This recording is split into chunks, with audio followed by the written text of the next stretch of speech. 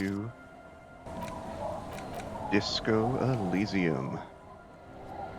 Game where everything's made up, the politics don't matter.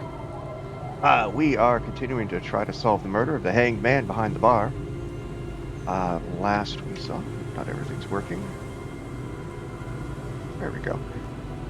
Last we saw, we basically made it so that Class A and Titus Hardy's stories didn't match, but I don't have the rhetoric score I need to get Titus to change his story so that it all makes sense. He's very frustrated with me, but I just need more rhetoric points. So, the new area opened up all over here. So let's see what I can find here. See what kind of new things I can get. Hopefully some experience. Got all kinds of new people to talk to and harass, and yeah. I'm also here to find a missing cryptozoologist and get another signature. Got one signature down. I need two. And of course, money can't hurt. What have you got to say, old lady?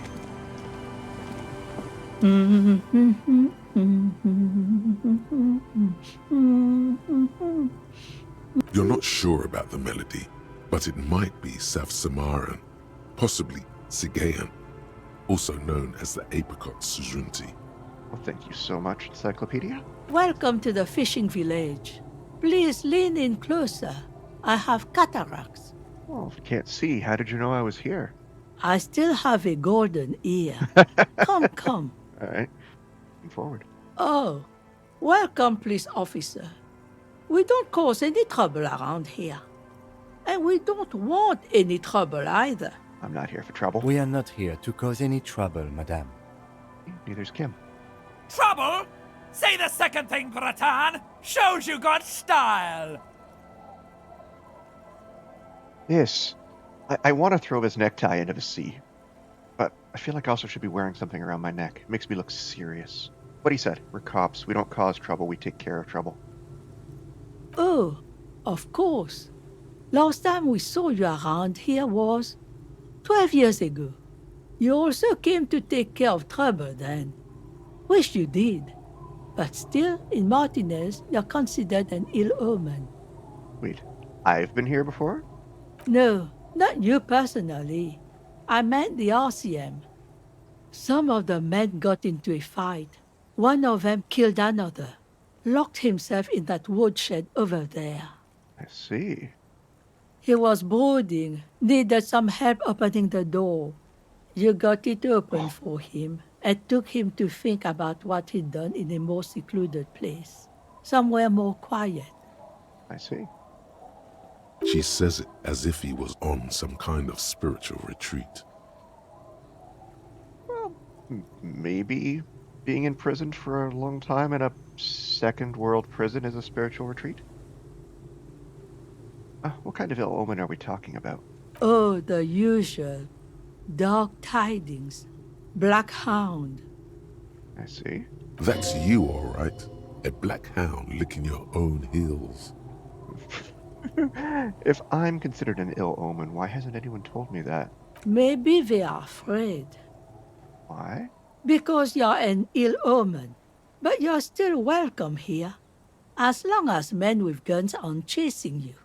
And maybe even then. Because that's the kind of fishing village we've built. I'm sorry there's not a lot of room to park the motor carriage. And not a lot of houses. Or a lot of people. My kids are long gone, searching for treasure. So are others. Ah, look at me ramble on. What brings you to us? Where could someone stay around here? Stay? Most people here are trying to leave. Okay, well, I'm not.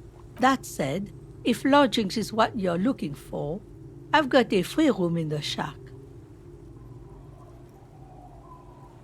Really?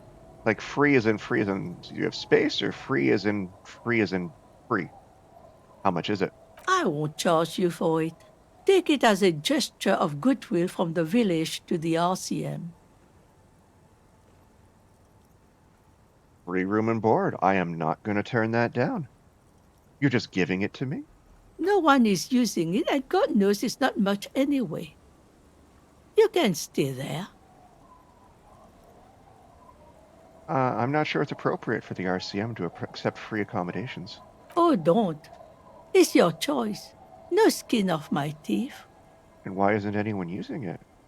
My kids grew up and left like they do. The house is long empty now. I live in the small side attachment. It's easier and cheaper to keep warm. That makes sense. You've got yourself a tenant. Don't make an old woman regret opening her house to the place. Well, if you are not in the hostel in the morning, I'll know where to find you. Here, in the shack. Thank you, Kim. He's a little relieved you're no longer in that room. Finally, you have those lamos of matinees off your back, Bratan. This looks like a great place to bring chicks. God, I hate this necktie. What's in this fishing village? Just us.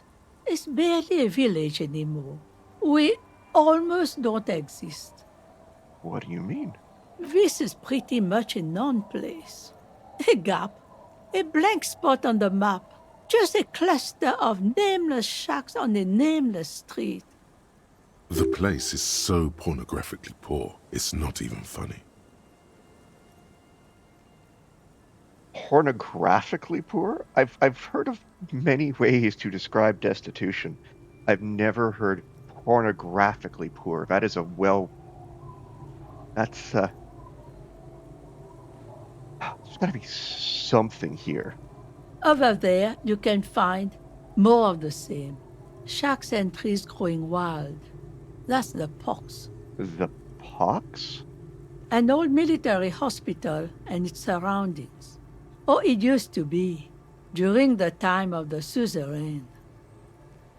After the war, it was turned into a goodwill hospital for shell-shock veterans and folks looking for some quiet in the old sanatorium gardens.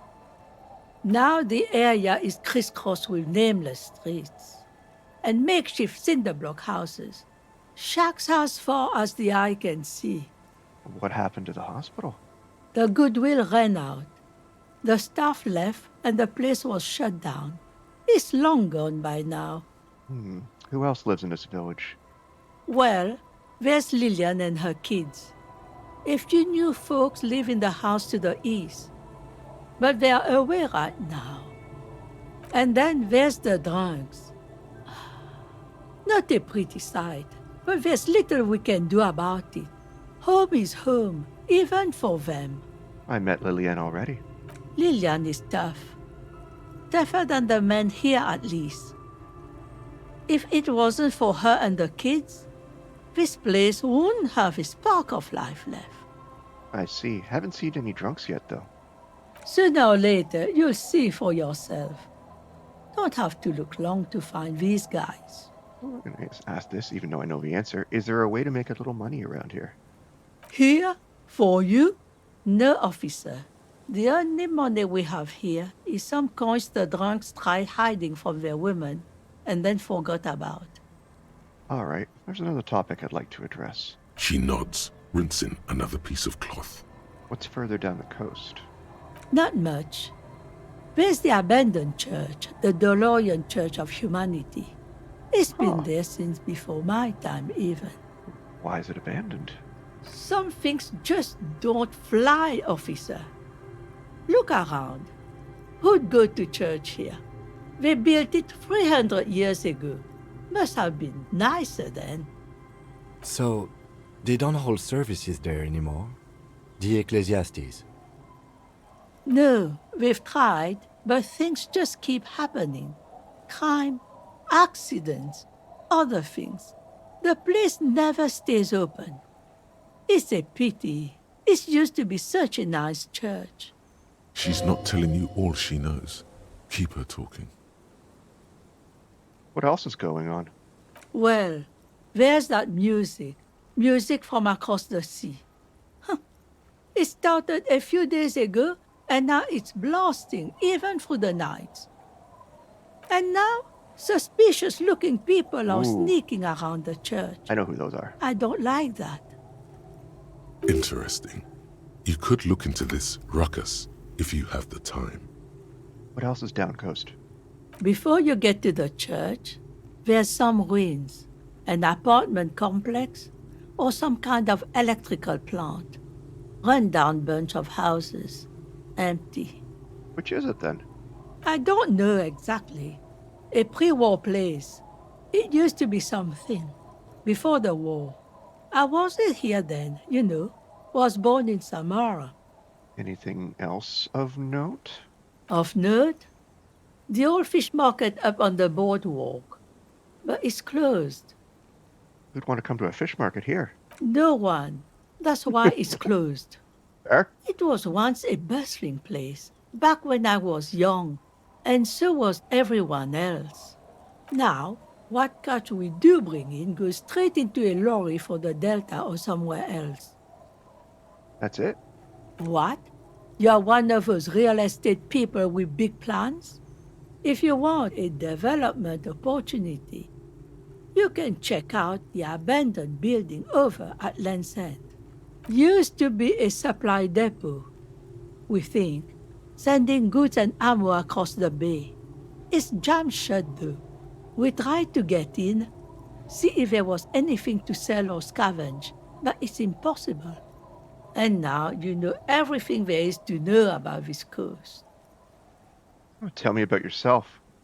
Me? No one. Just an old washerwoman.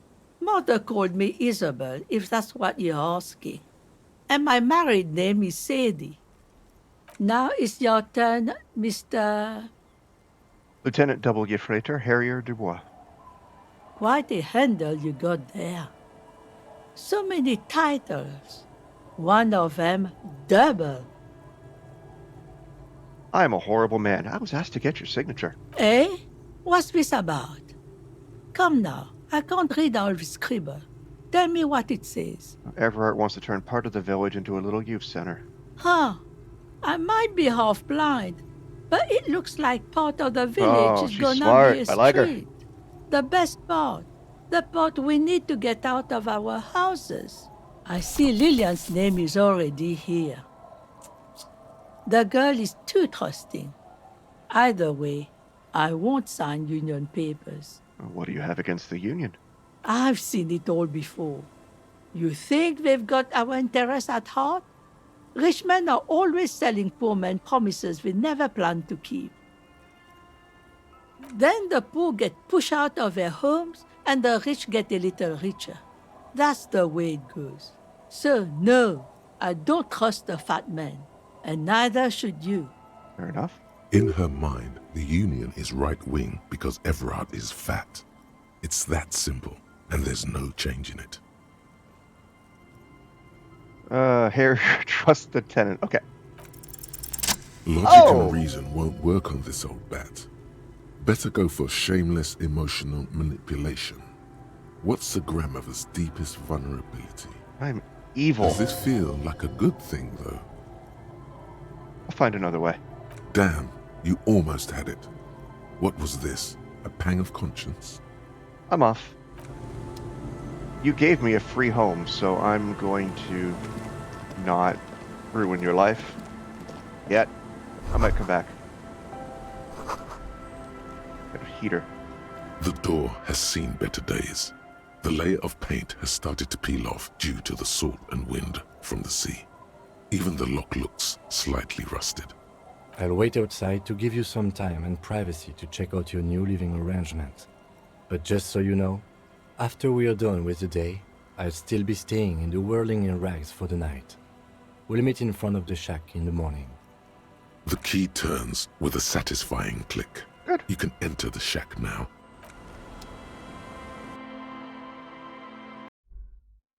What do we got in here? Oh, wow. On the table, you see a bowl of water, a rough soap, and next to it, a small hand mirror. A straight razor soaks inside the wash basin. The water reflects back a vague image of your face. Nose bulbous and red, hair unkempt, wrinkles lining the eyes and forehead. The stash is gigantic. I'm terrified about what's under that stash, so I'm just gonna leave it. I don't want to see it. Oh.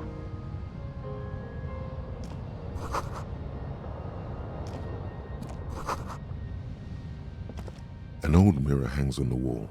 You see the reflection of your face in it, adorned with the expression.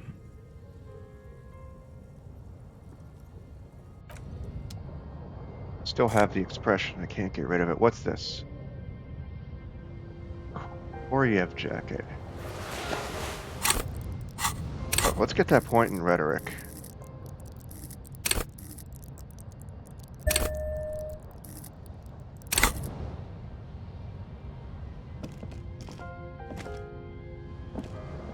The bed is comforting, if a bit run down. Not time to rest yet, but I got what I needed. Map is...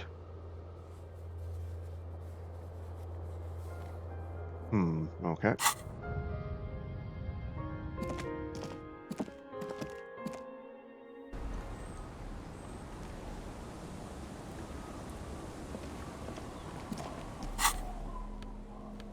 What is a Koryev jacket? Swanky checker jacket flatters your form in a way that makes you feel the fun kind of serious. Speed of core and visual calculus versus logic. I'm good for now. What are you?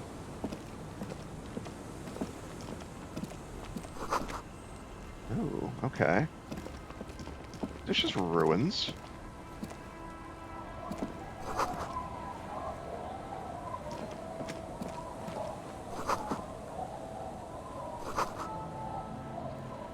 What's in here?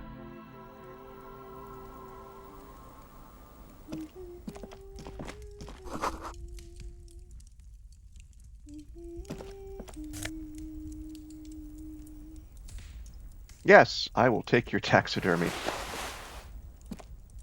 Hello, mister. Hello. She clutches a small stuffed animal. Occasionally, she twirls it around. Are you Lillian's daughter? Yes, I am. Little Lily. You know my mom?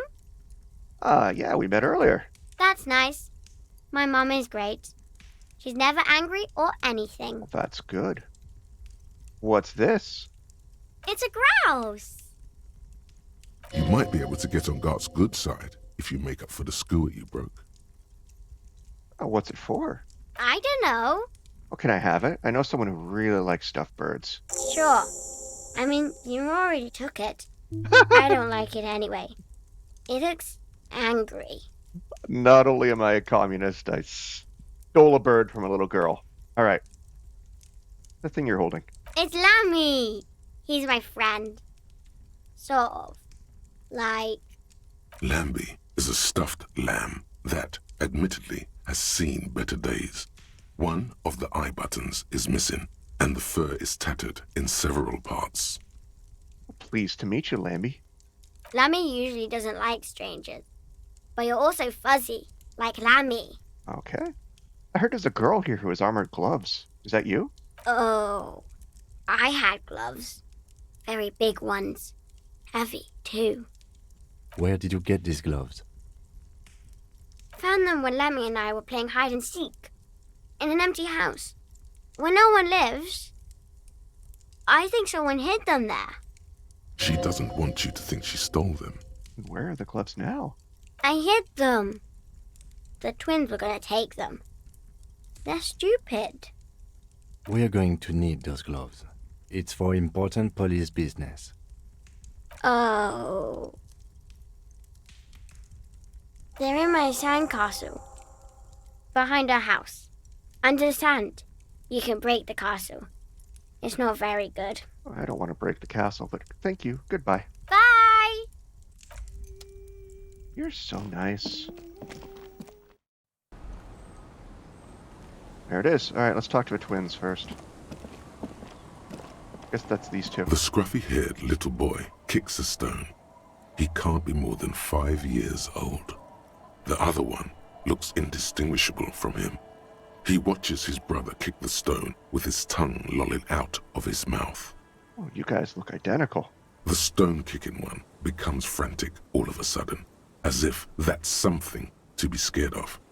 The obvious fact that you just stated. He looks just like me. Yeah, I said that. The boy doesn't answer. His brother throws another rock. Both of their hair is covered in some kind of dirt. You're bad with kids. I am, yes. Don't worry, everyone is. How about we do some police work now? We're not getting anything here. Bye, kids. Take care.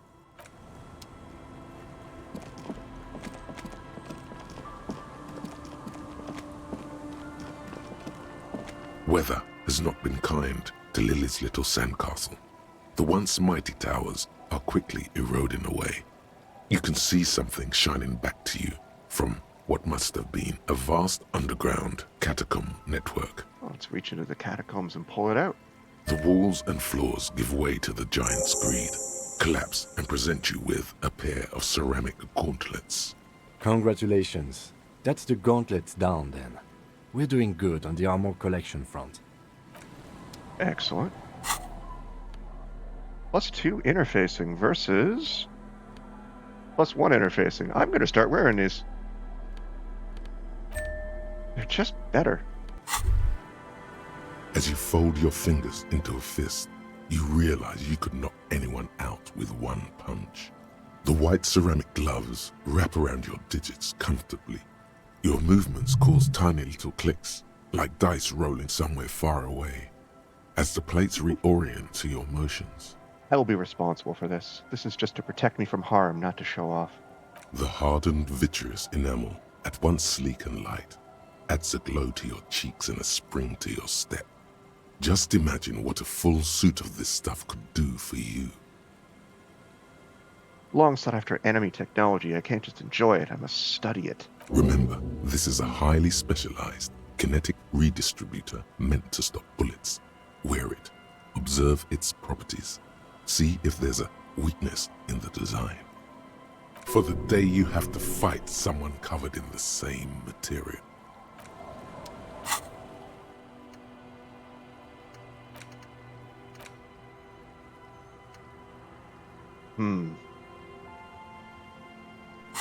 Alright. Before I go north, I'm sure the church is that way, but let's take a look at some of these shacks here first. Oh, who are you gentlemen?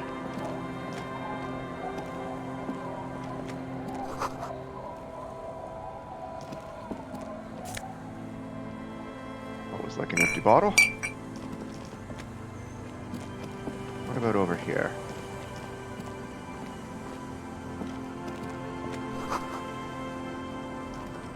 No curtains, no doors. They don't want an entrance. Dried tulips, dust-covered linens, no one lives there. Fire pit, alright. Already visited her.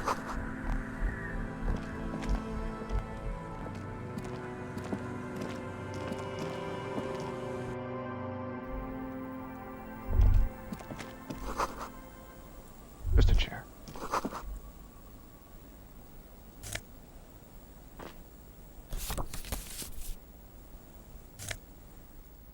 Oh, +2 drama.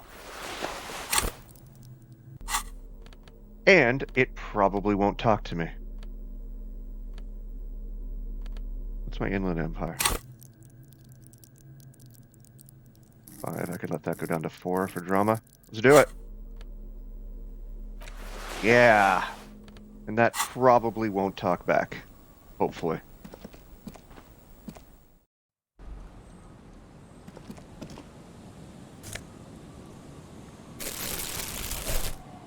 It would be delightful anyway if my clothes stopped talking back to me.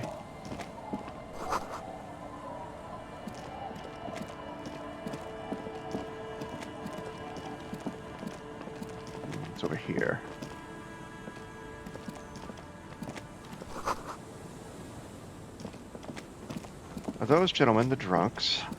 Perhaps?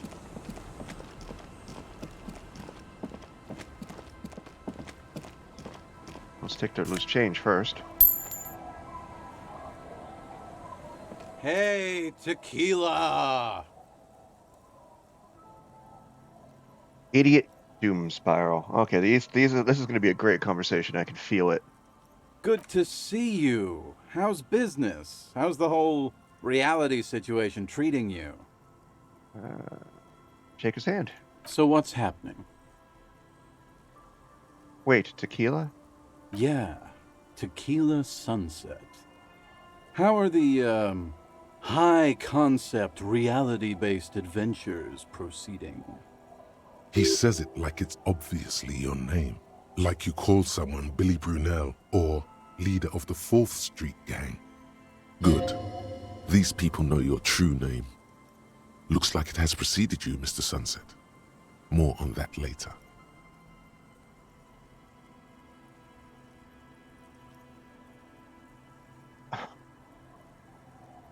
I have re-entered reality to conquer it, to bend it to my will. I am the law. That's the spirit. I used to shape reality into my image, a long time ago. Those days are over now. Sadly, things aren't going that well in Idiot Doom's Spiral Land. Haven't found those keys yet, haven't won that great piece of ass back. No word from my business buddies. This guy's your buddy. You feel it immediately. You belong to an organization, a fraternity of drunks. I don't want to be part of this organization. Idiot Doom Spiral, huh? This is bound to be a good, high-concept conversation. At last. Well, what do you guys do around here? We are saving the world. Please! Please don't go! Don't go! Okay. Okay, we're drinking.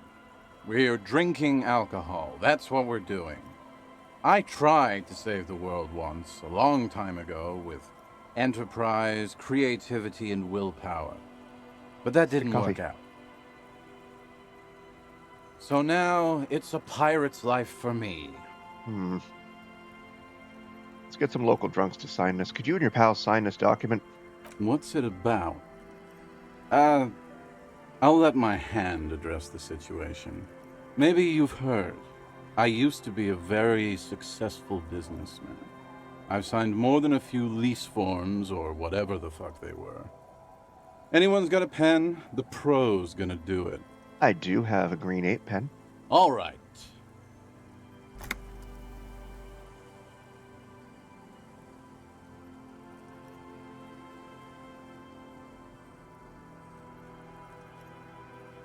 Can I have the pen back too? Don't know if I've mentioned it, but I used to be a businessman.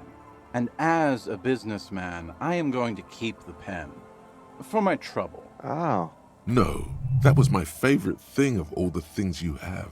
This had better be worth losing the pen for. Well, that's it then. The deed is done. Glad to have been of assistance. After all this time, I feel like I've made a difference. Don't call Abigail! Thank you for your help. Should we go and mail this? I think I saw a mailbox on the platter. Oh, got it. Bye. Am I going to mail it? Maybe. We'll see. Let's continue exploring. Is there a south? No, doesn't appear to be. So let's head north. I've got plenty of time before I have to head back to the Whirling and Rags. Oh. Oil drum. It's the worst that can happen.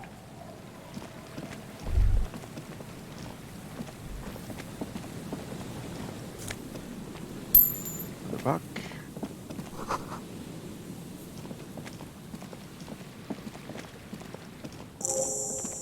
Hey, another quick travel.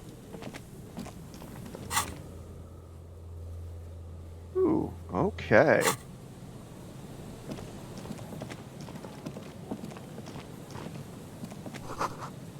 Smash receiver. Crash protection.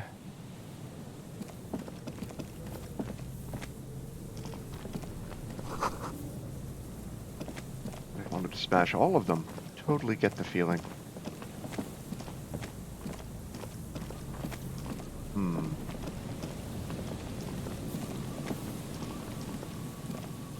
Someone has left an unidentifiable article of clothing on this railing. It smells really bad. Take a closer look. It's streaked with dried seagull shit and tangled with pieces of seaweed.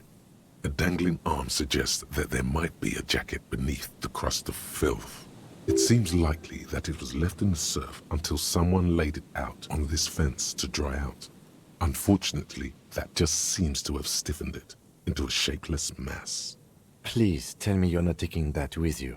Why not? It's a guano-encrusted jacket, and you're already carrying around enough as it is. Yeah, I'm not taking it with me.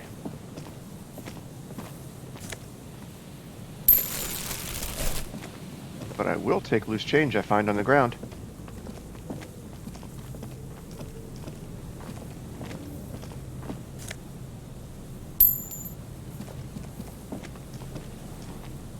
Back this way. A makeshift roof. Not a good one.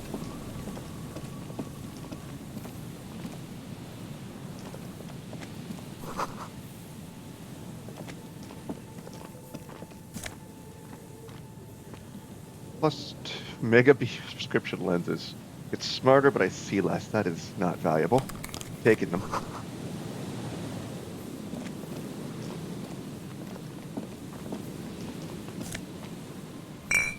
Take some bottles.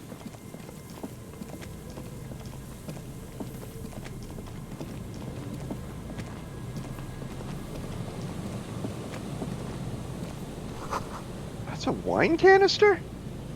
Looks like gas. The smell, it's awful and familiar. That is awful. It doesn't help. You can still smell it. What is it? Don't you recognize it? That hideous pungency, that faintly cloying sweetness. Only death smells like that. Something cold wakes in the pit of your stomach. Fear. It is death. It must be. Heads up, Lieutenant. Something's not right here.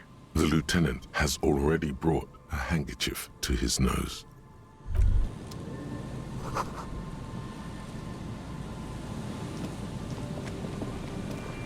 There's some tear, an empty cigarette package.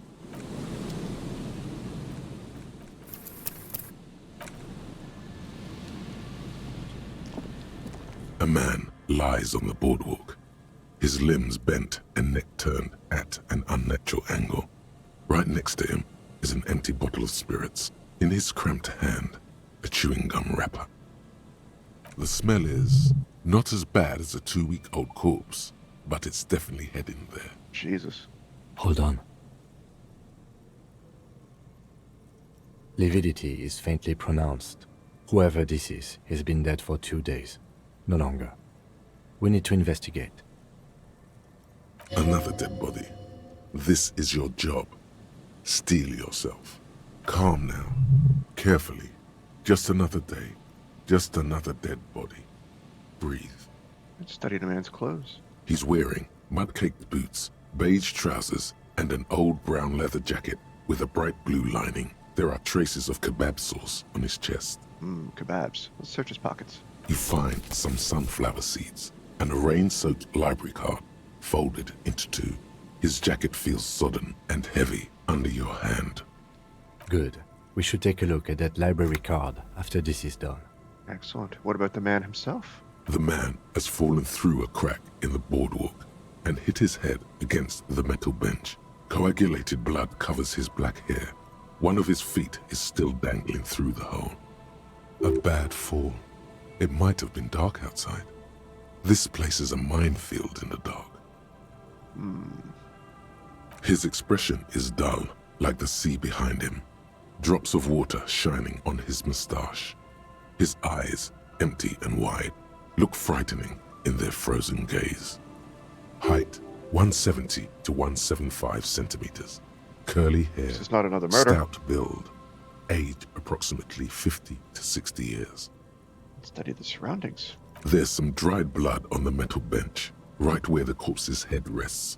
The floorboards are rotten and slippery wet around the hole. An empty bottle lies nearby. A chewing gum wrapper is clutched in his fist. Oh, well, let's look at the man's head. A dried chunk of blood covers the hair at the back of his head. An open wound. It's sticky and cold to your touch. This is what killed him. I don't see any other major wounds, do you? No, I don't. Just the one on the back of his head. Seems like the head wound was fatal. It's exactly the shape of the bench. Examine the bottle. A .75 liter Tallulah vodka with its cap missing. There's hardly anything left inside. Tear all around us. I'd prefer if you didn't collect them this time. It's not proper. True. It feels disrespectful. What about the chewing gum wrapper? Grabowski spearmint chewing gum. Green leaves on the cover. The man's mouth is half agape from the terror of the fall. Look in. The blackness of death. Stench. You think you see white chewing gum too? He ate the whole pack, right? It's to cover the smell of alcohol before going home. Makes sense. The worst thing is, I've seen it before. Almost the same scenario. Even the chewing gum. It's always the same. Step on the floorboards.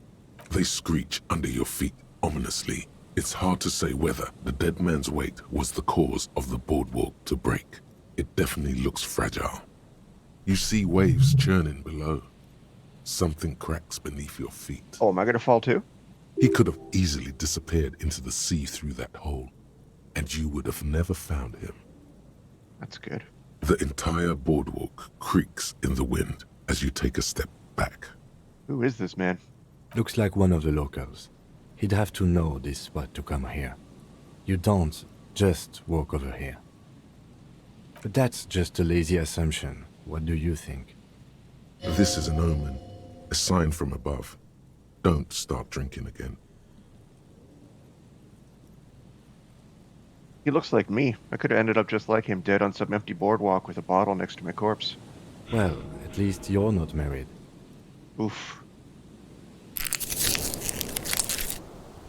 Or, what if you are? But let's try to not run ahead. For now, all we know is that he's an unidentified middle-aged man found dead on the Martinez boardwalk. And what do you think happened here? Death by misadventure. He slipped and fell through the boardwalk. A truly unfortunate accident. If it wouldn't have been for that bench, he'd be alive. You think he was drunk? Oh yes. What about alcohol poisoning and liver failure? Some symptoms of acute alcohol poisoning could have definitely played a role here. Severe confusion, respiratory depression, unpredictable behavior. But I think that death arrived through head trauma, not liver failure. Right.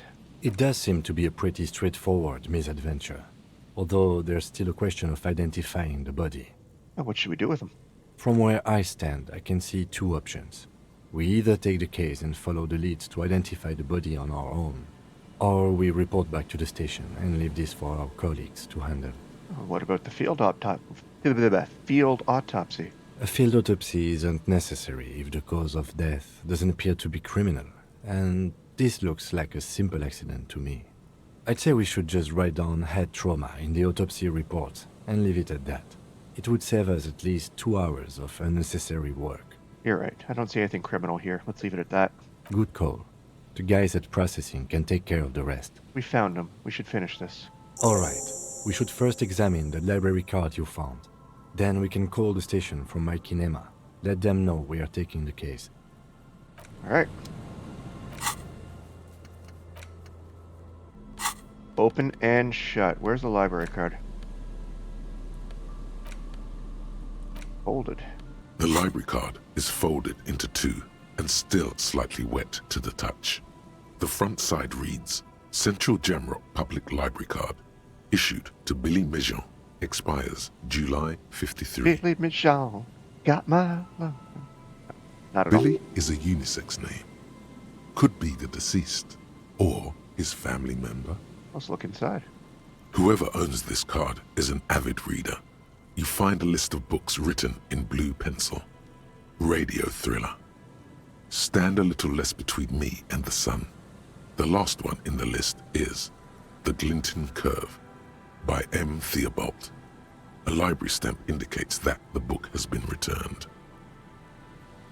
Most of these titles seem to be in the sci-fi genre. Some thrillers too. It's got taste. Look backside. If lost, please return the card to the library. Dial 005 02 55211 or visit us at Moreau Street, 78, Jamrock. Business hours 900 to 1800. We can call them. Good. We should give them a call from my kinema. See if we can learn anything about Billy Méjean. Okay. Anything in here? There's some tear, an empty cigarette package, and a crumpled kebab wrapper. So yeah. There's some tear, 2 empty bottles of Tallulah vodka, and a can of black potent porter. That's Is all you impressive. find. No, there's more in there. Livis strawberry liquor, plus some Pilsner bottles too. Better not pick them up. They see. A tragedy. He shakes his head with genuine sadness. What about a cigarette package? Whoever tossed it here was a heavy smoker. The brand name reads Red Astra. Red Astra is the black market version of Astra cigarettes, known for their high tar content. What about the kebab wrapper?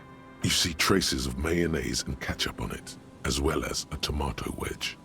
The wrapper reads Shish Kebab Revachol. It's no older than a day or two. No mold yet. It's hard to concentrate in the smell. The sea air brings... Nothing useful. Alright, I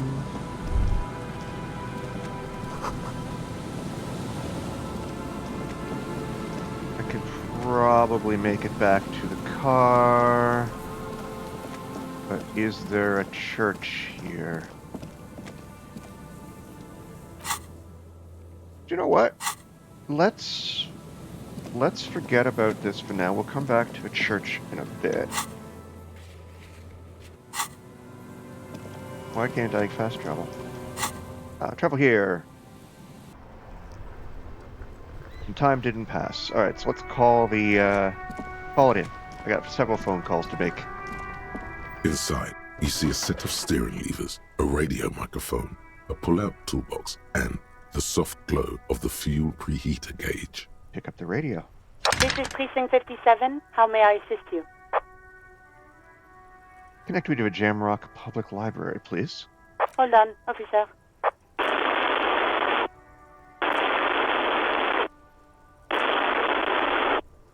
I've got Central Jamrock Public Library on the line, and I've already introduced you to the librarian. Connecting the call in 2, 1. Yes, this is Central Jamrock Public Library here. How can I help you, officer? He sounds worried, yet ready to assist. This is how people get when the police call. I'm looking for any information you can provide on Billy Méjean, our reader. Billy Méjean, you said. Give me a moment, I'll have to check our database. Oof.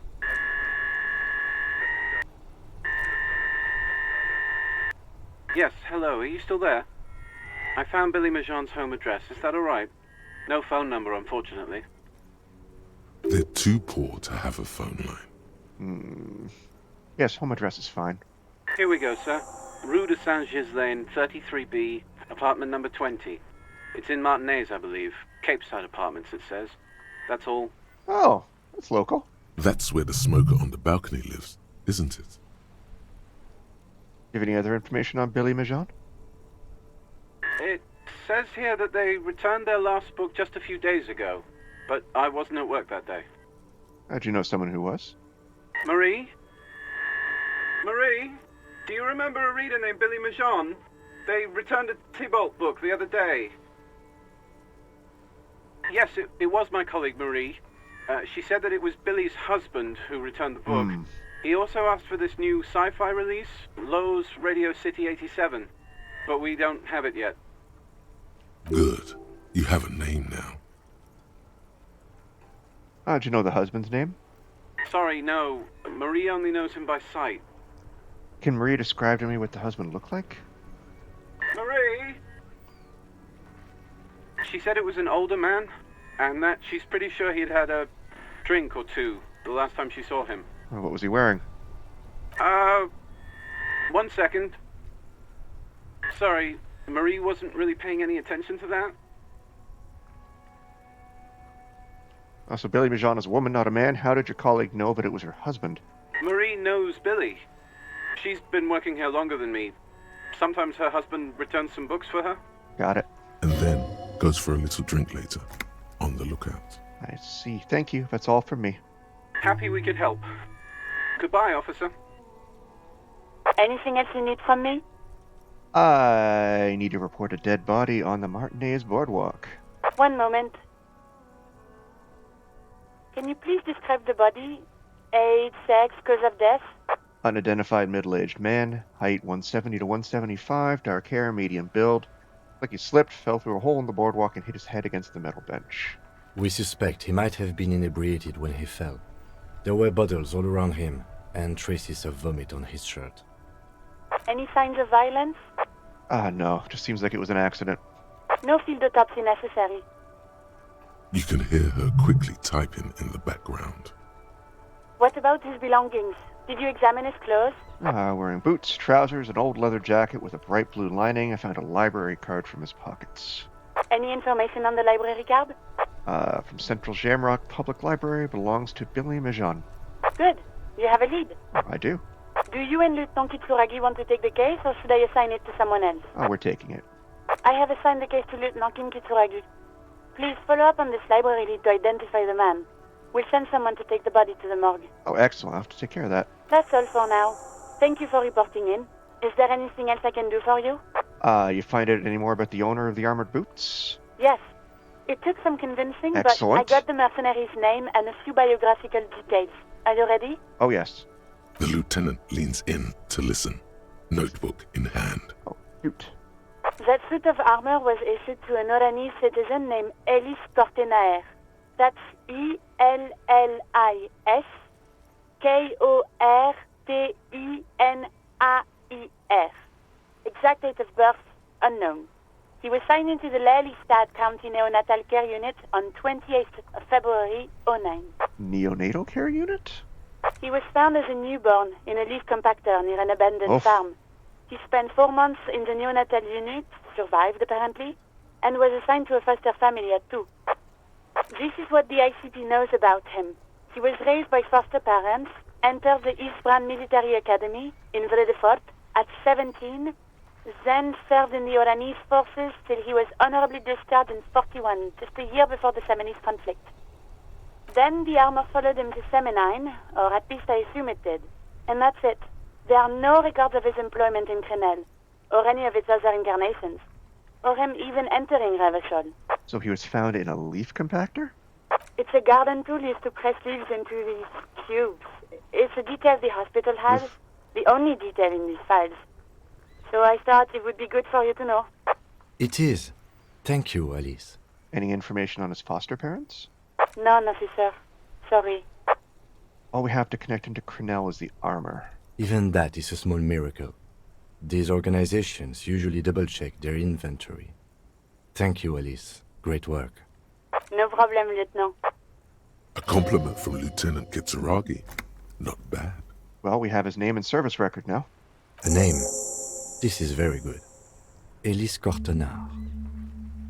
Sometimes police work is about human dignity, about giving back names to anonymous victims. I'm glad the inquiry was helpful to your investigation, officer. Did you have any other questions? I'm done with the radio for now. 57th, over and out. In the cabin, you see as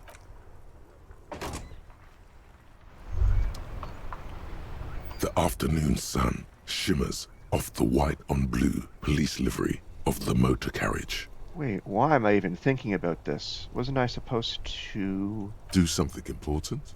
Something murder-related? There's always something important. Doesn't mean you can't take a moment to admire this piece of machinery.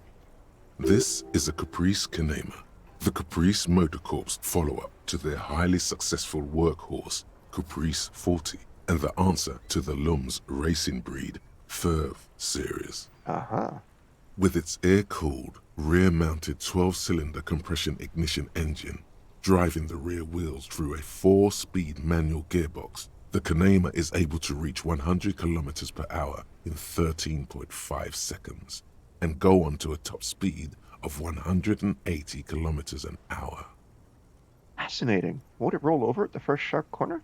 The high center of balance is offset by a large battery bank mounted at the bottom of the cabin, feeding all the auxiliary systems and making the Kanema effectively a mobile power plant. Tech talk is really rubbing me the right way here. Due to a quite steep price tag, it is very unusual to see one in police livery. This machine really puts the loco back in locomotion. Very cool. Mm-hmm. You want to take a closer look? What's it packing there? 130. God damn. I reckon that's a 7-liter V12 there. That's a 7-liter V12? 7.2. Supercharged. Woo! Very good. Saying these words brings him immense joy. A fine machine. Yes. An extraordinary machine. It's nice and all, but why so modest? Put some zing into it. Flare it up. Slam it down. Helium headlights would improve the range and quality of the visual field a lot. It's a bit girly right now. Fit it with some proper off-road components. Ever thought about switching to helium headlights? Actually, I have a pair at home. Just haven't gotten around to fitting them yet. I need to lay some wiring for the ballast first. If we ever get this case solved, maybe we can do it together? Maybe. Yes, definitely maybe. And means no. Alright, let's move.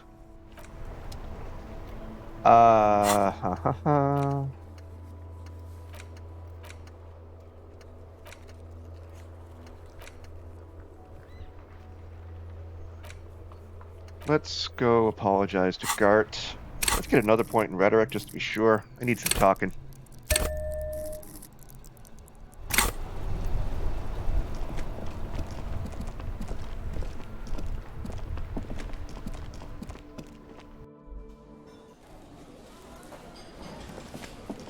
Let's see where this leads us next. What horrible things will we find out? But first, let's give it up. Give this man a bird. Can I help you? Gart, I found a new bird for the whirling. What is this thing? I want to apologize for breaking the great skua by bringing you this ruffled grouse. Okay. Okay, well, this is actually a nice bird. A competent piece of taxidermy. Excellent. I can fix it to the plaque and have a new bird in the establishment, I guess. So, I don't know. Thank you. I'm gonna go with thank you. That's a good way to go. People just don't know how to accept gifts, especially taxidermy. He likes it. He likes the bird. It solves his broken bird problem. I feel good about our work here today. It's all about the little things, like bringing people random stuffed animals. I love Kim so much. It's not actually about that, but he liked it. Goodbye. Alright. Titus. Still saving. Because always save. Titus, please be good to me. It's you again.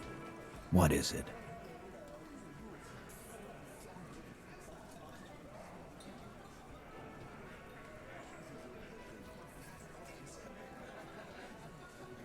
You are being manipulated, my friend. Convince Titus he's being manipulated. Bad idea.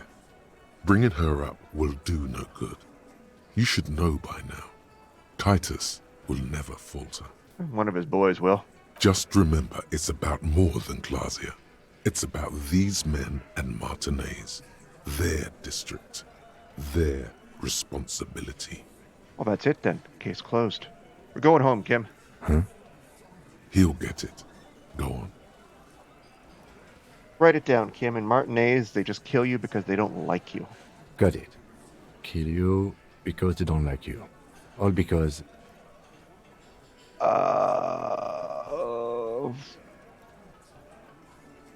Because you work for the wrong people. Goddamn right. This is Union Town.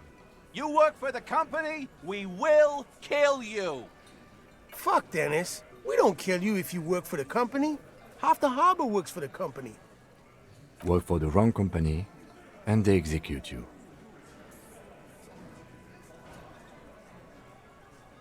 They club you from behind, string you up, and go back to drinking. It wasn't that. It wasn't... We didn't hit him, okay? That's it. That's the weak one. You flushed him out. Now go in for the... Officer, you will be next if you don't shut up. Oh, Jesus. He's onto you. He knows what you're trying to do. Or what? You're gonna kill me like you killed him? For no fucking reason? We didn't kill him. We didn't even hang him. He was dead when... Ooh. Shut up, Angus! He was dead before you hanged him. Fatty! Say one more thing to the cops and I'll... Dennis, stand down, or I'll beat your head in. Theo, take your hand off the belt. This isn't 31. I've got this under control.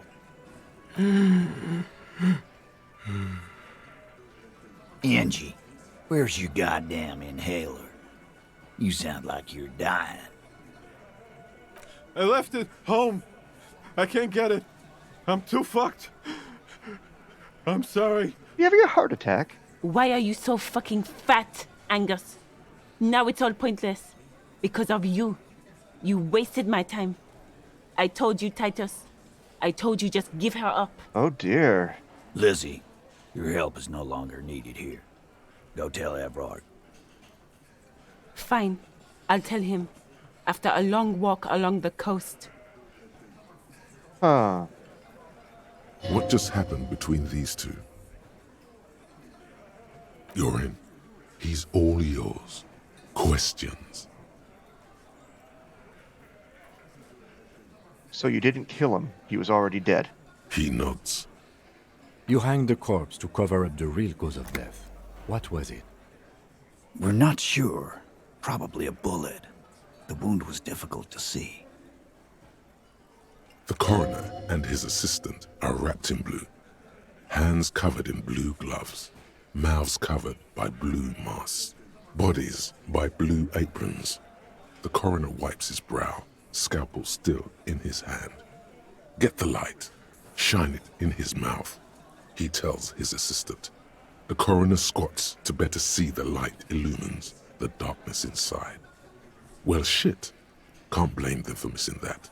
Get the saw, Alan. This just got fun. I missed something in the autopsy? Why? 'Cause the girls asked us to. They were in some shit. What? Girls plural? There's another girl? 2 of them? Take note of this. They'll probably say more about her later. Did she kill him? Good question. Cop, I have no idea. The girl says she didn't. He doesn't think she did. Or at least he hopes she didn't. What happened Sunday night? Classier came down. She seemed really out of it. Drugged up, even more than usual. Bug-eyed and gurning, you know? Not in a fun way. It looked like she'd redosed after something went down. I've seen that look before. She was scared. I knew someone had died. How'd you know? I've done this job for 10 years. I've seen it before. It's the politician in the motel room with the dead hooker scenario. Only in reverse. Good analogy, boss. Fuck off, Shaky. You don't get to talk yet, Shanky. You're still on the bench. And you keep taking it easy too, Angus. What happened then? We went upstairs.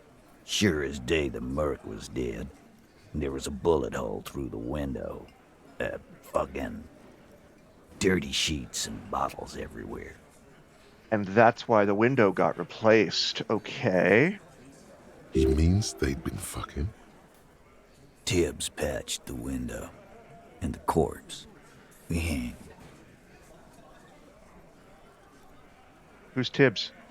Nah, he's my brother. He's in the window replacement business. Got it. Well, if Klasha didn't kill him, why the cover-up? You may have noticed our girl's in some shit of her own.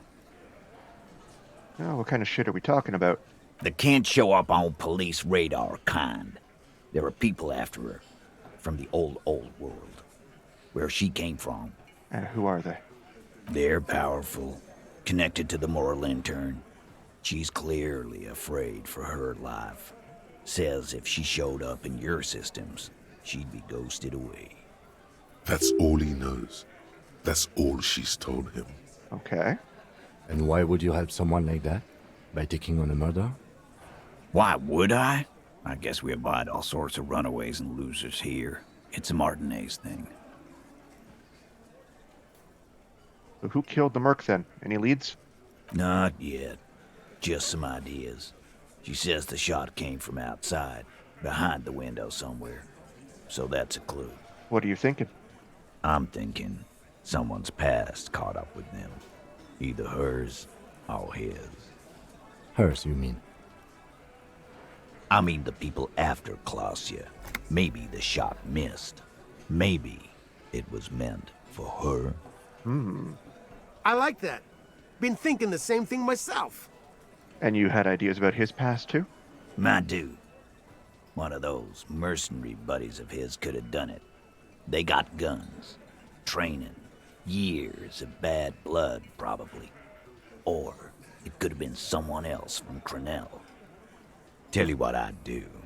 Check out the coast for vantage points. Maybe consult with a ballistics buddy of mine. That's what I'd do. If I wasn't too busy doing this clown dance with you. And whose idea was it to hang him anyway? Hers? In a manner of speaking. Remember the two girls? He may be talking about the other one. Earlier you said the girls asked for your help. Was this the other girl? That's right. It was her idea to hang him. I liked it for political reasons. It sent a good message. It's her, isn't it? The drug trafficker, the missing 8th Hardy? Fella, you think too much. He's off all right. You're gonna hurt your head. A little too far there, but you're definitely right. That woman is just affiliated with the Hardy Boys. You don't know her, anyway. You're gonna stonewall me if I ask more about her, aren't you? Glad you understand that.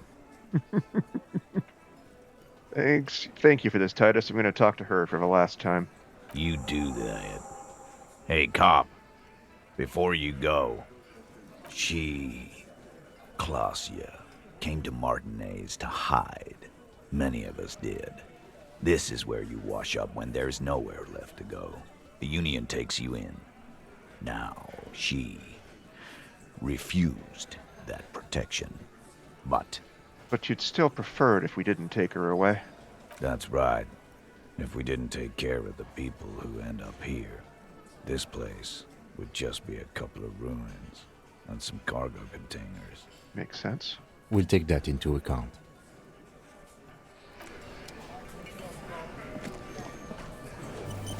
Okay, Class A. What have you got to say now?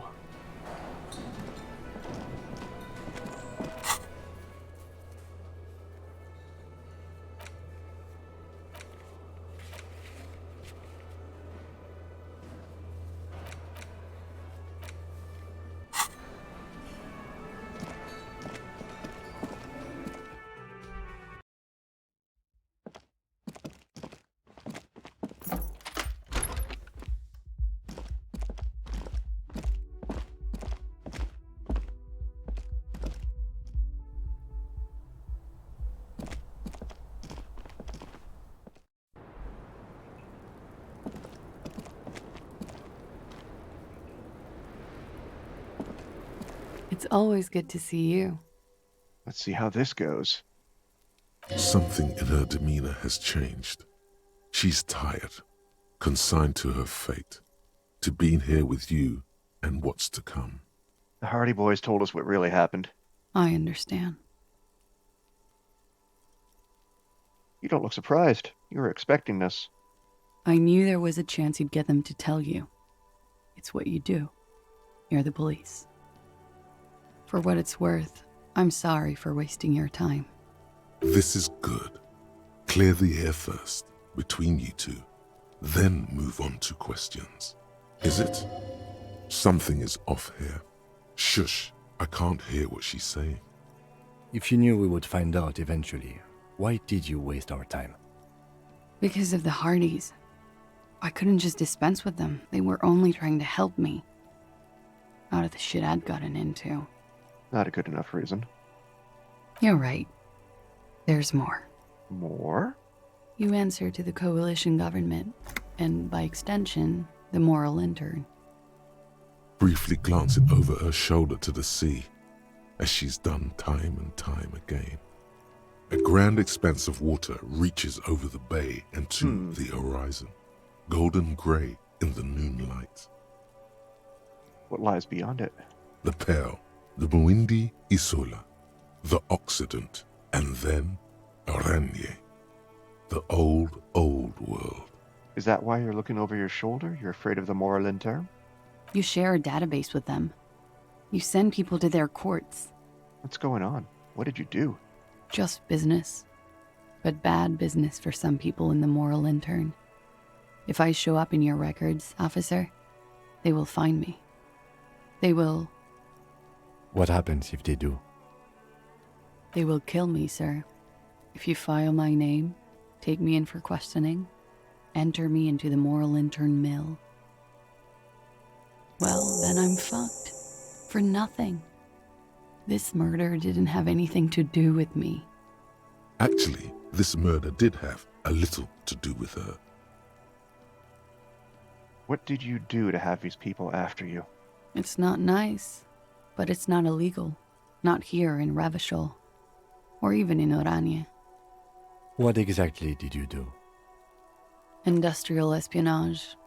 I joined a business collective with the intention of betraying them. I did my job well enough to be asked to do it again. With a bigger company. The kind you really, really don't fuck with. I took their ledgers, 2 decades worth of accounting. I need the names of the companies involved and who hired you. The job was Lou's doing County Savings Bank. They sound small, but they're part of the Lou Scott conglomerate. That was the second job. The first was some printer company. You wouldn't know them. As to who hired me for the job, I don't know. But they're after me too, along with Lou Scott and their friends in the MI. Once you're done in the competitive intelligence circuit, you don't have allies. You're radioactive. She didn't... Okay, this possibly explains the drug abuse. Laws cap. These people engineer financial disasters in second world countries.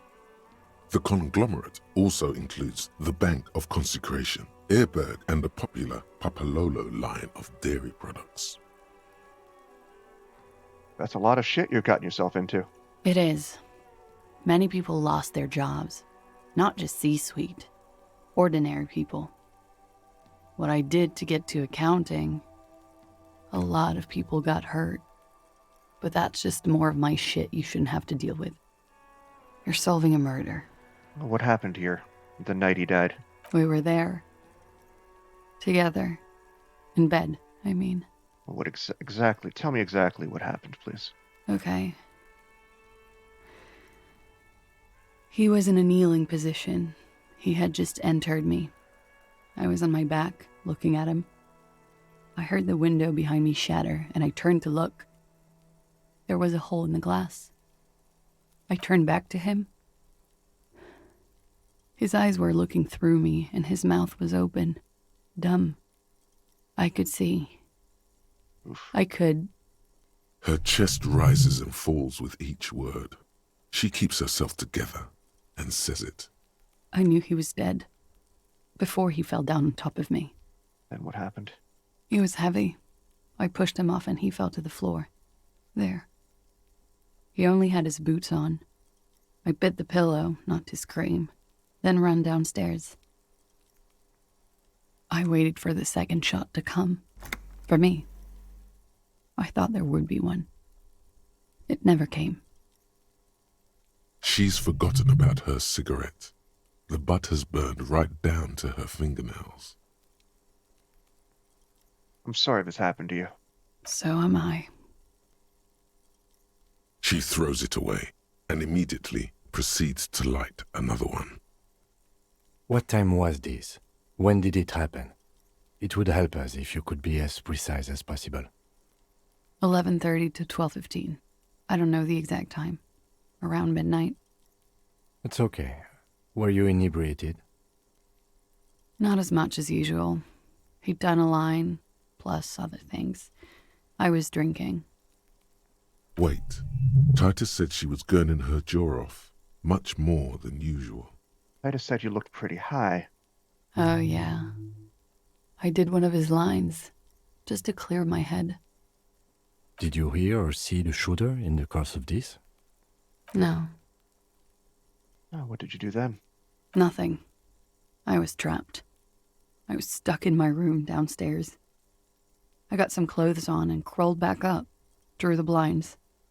Blood was coming from his mouth. Not a lot, just a little. He was still on the floor, slouched. I couldn't be there with him anymore, so I ran down and out of my room, into the hallway, down the stairs. I knew there would be people there. What happened after you ran downstairs? Sylvie was tending the bar. A lot of people were there. The Hardys were at the table in front of the stage. I think the Union box was full. Ruby was there too. Who's They Ruby? were having such a good time. I sat down and they all welcomed me. I didn't even have to say anything. Ruby knew something was wrong. Ruby? Who's Ruby? Ruby. You know, the leader. Oh, okay. The leader? Of what?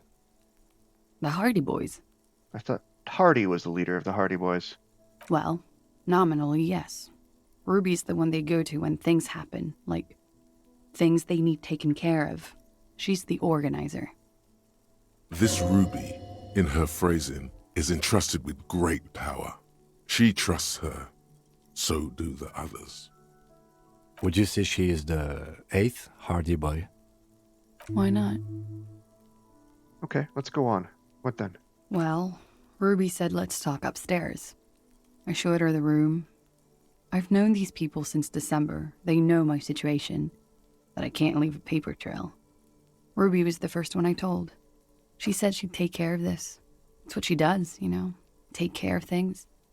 I helped her get the body to the bathroom. We used a belt to pull him up under the shower, to keep him upright. To produce lividity, matching a hanging? Yes. Okay. We completely missed the tampering. Looks like you got there in time. What was this, 20 minutes after death? About 20, yes. Ruby explained it would make the blood... You know what he does. What did you do? Ruby went outside to talk to Titus and the boys. I was just looking at Lely in the bathroom. I had to put his clothes back on. His armor, too. It was tough, but I've seen him take it off and put it on many times. It took Ruby maybe half an hour to come back with Titus. I'd gotten him ready by then. They carried him out. I knew what they were going to do. Make it look like a hanging. Ruby said they would. What did you do while they were hanging him? Ruby said to wait here. She also said I wouldn't see her for a while. That we should lay low or something. So I did. It's Ruby. Where's Ruby now? I don't know. I haven't seen her since. We will need to take this question to the Hardy Boys. Fantastic. Interesting. Why did this Ruby go through so much trouble to hide something someone else did? Look into this later. When it happened, did you hear a gunshot? When he was shot? I may have. I don't know. I couldn't hear anything over the glass exploding. Could the people after you have killed him? That's the first thing that went through my head when I heard the glass break. And? I thought they'd found me. They've killed him to punish me. All last week, I've tried not to talk to anyone or be seen with anyone so they wouldn't be hurt. I've come to understand, however, this is paranoia. What happened didn't have anything to do with me. Either way, something to consider. We can't go after Loose Cap. Not yet. There are other, saner leads. I don't ask you to, Lieutenant. If there's one thing I know, it's that you'll get nothing from there. Why did you call the cops if you're hiding? Because I'm an idiot. Which is an indicator of truth. Idiot. She's nothing of the sort. So you'd have us believe, but you're not. You have to understand, the people around here, no one was making the call, and he kept rotting. And then they picked his clothes off, and that little fucker threw stones at him. Fuck Kuno. He kept throwing stones at him for 3 days. I could hear the thud. Thud. So I called you. I hope with all my heart it's not the last thing I do in Ravachol.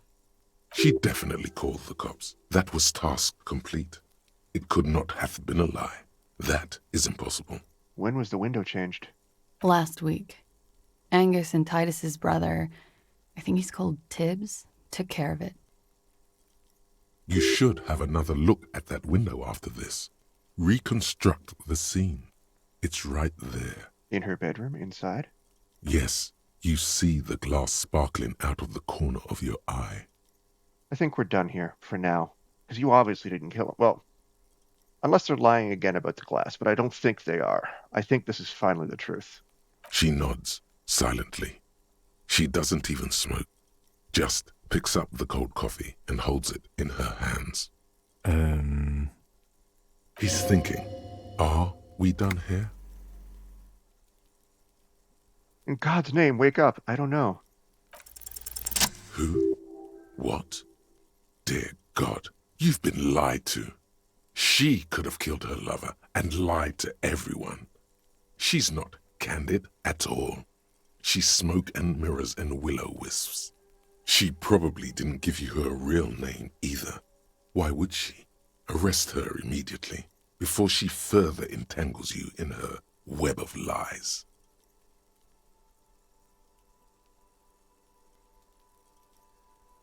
Kim, why have we not arrested her yet?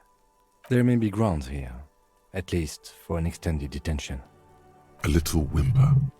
The young woman hears you. She's looking around. If I told you you're under arrest, miss. But I haven't done anything illegal. Failure to aid a police investigation. She purposefully misrepresented information crucial to the case. Fucking mind games. Enough. That's right, gang. Stern and merciless now. Stern and merciless as we reel her in.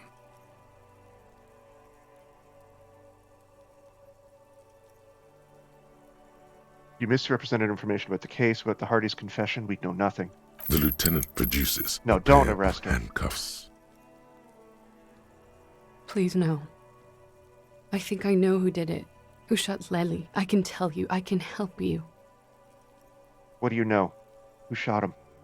She's silent for a second, as if looking into herself for certainty.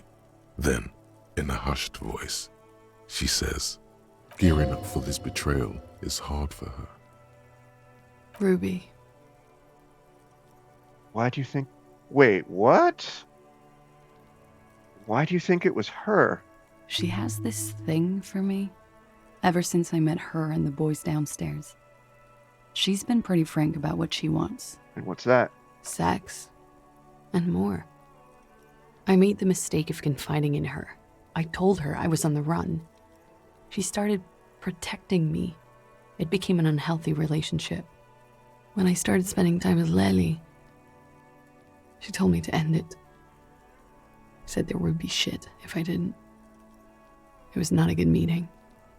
We stopped talking after that, but... I don't understand. What exactly in your relationship made you think she's romantically interested in you? She said she's in love with me. She even asked me to run away with her when I told her I'm a fugitive. She started developing notions about our relationship. And you led her on? A little. I was flattered, you know? But then I had to let her off, and it was not easy. I came to regret being friendly with her. We maybe kissed, nothing more. Sounds like she was fixated on you. This is just an assumption. I know what it sounds like. That's why I didn't want to tell you before. But she knew what had happened when I came downstairs. So a shot has to come from somewhere close if she could take the shot and make it back to the Whirling in Rags in order to meet her downstairs. Somehow, she knew Lely was dead. She wasn't surprised at all. When we came up here, she was calm as a stone, too. She cleaned it all up like she had a plan. This is a familiar theory. You had it too, remember? Could it be that Ruby was covering up after herself, the lynching? And how could she have killed him? She could have had access to the roof. You've noticed that door there, right? Maybe it leads downstairs. She could have come to the roof through that, then taken the shot right here, where I stand. It was dark outside. I wouldn't have seen her. Then slipped back downstairs without anyone noticing? That is possible. Interesting theory. Did she know that door exists? Had you been out there with her? Yes, of course. She's been up here many times, jacking private stations off the ring antenna. She used to come here to drink on the roof with me, before it got weird. When Ruby said there would be shit happening if you didn't end your relationship with the deceased, was she threatening you? She came over one night, drunk, said she'd turn my life into a living hell. I've been threatened before, so I can tell when someone knows how to do it. And she's a pro. She must be. To keep the Hardys in line. I tried severing ties with her after that. I thought it had worked, but... Some of that fear is still with her. She exhales sharply. So Ruby is still out there. What are you talking about? She's afraid you'll arrest her. Okay. All right, that's it for Ruby. Okay. And what? Arrest the liar now. Don't arrest her. Push her a bit more, but then let her off. That Ruby theory was solid.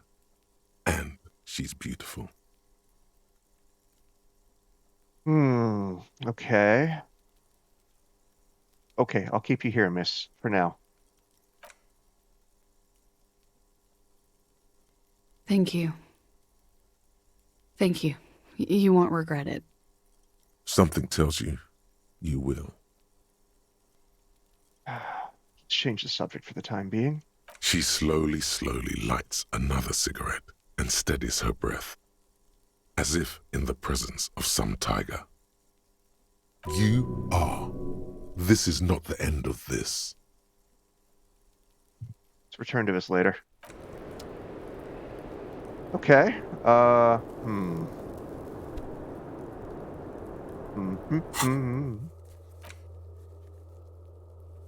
Organizer at the hanging. She's also missing, but the Hardy Boys will be tight-lipped about her location. Have you fully explored the...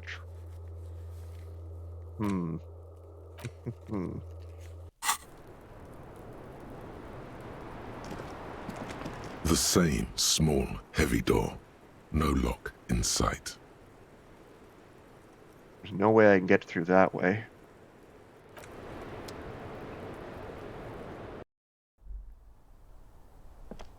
This window is pristine on the inside, unlike the one next to it. Light from the desk lamp reflects off the glass in an untarnished golden halo. What happened here? Golden light melts away into the blue, glassy darkness of your mind. In it are two neon-lit shapes, a man and a woman on the single bed. What position are they in? Like the witness said, the man is kneeling, the woman is on her back. It's the night of March 4th and a shot has just been fired. The man looks directly at the woman. The shot's possible directions converge in his mouth, a ray cast from somewhere outside, entering his brain. Where does it come from? From the roof outside, location A prime. The glass fractures around the bullet hole. Shards face inwards like a corona behind the woman's back. Have a look at point A then. The ray cast from the man's mouth unravels into a fan of possible directions, all on the roof at first. The shot could have come from any of them. This is composite location A prime, most likely of the origin points. Okay, shouldn't there be gun residue outside? There could have been. Then the rain and slush and wind washed it away. This was more than a week ago. So I'm 80% sure the roof is where the shot was made from? 72%, with a weapon that's good for medium range, like a rifle or sports pistol. This is a good short distance, but not too short. The perpetrator aimed with their back against the railing, or possibly kneeling for precision. This would explain why it only took them one shot. The lights were on in here. Outside it was dark. It was like shooting fish in an aquarium, a well-lit aquarium. The victim opened his mouth to let the bullet in. Neither of them would have seen anything outside, in the darkness, too busy with their own bodies. Are there any arguments against A prime, the roof? None that you've found thus far, but that doesn't mean there aren't any. Could the shot have come from inside?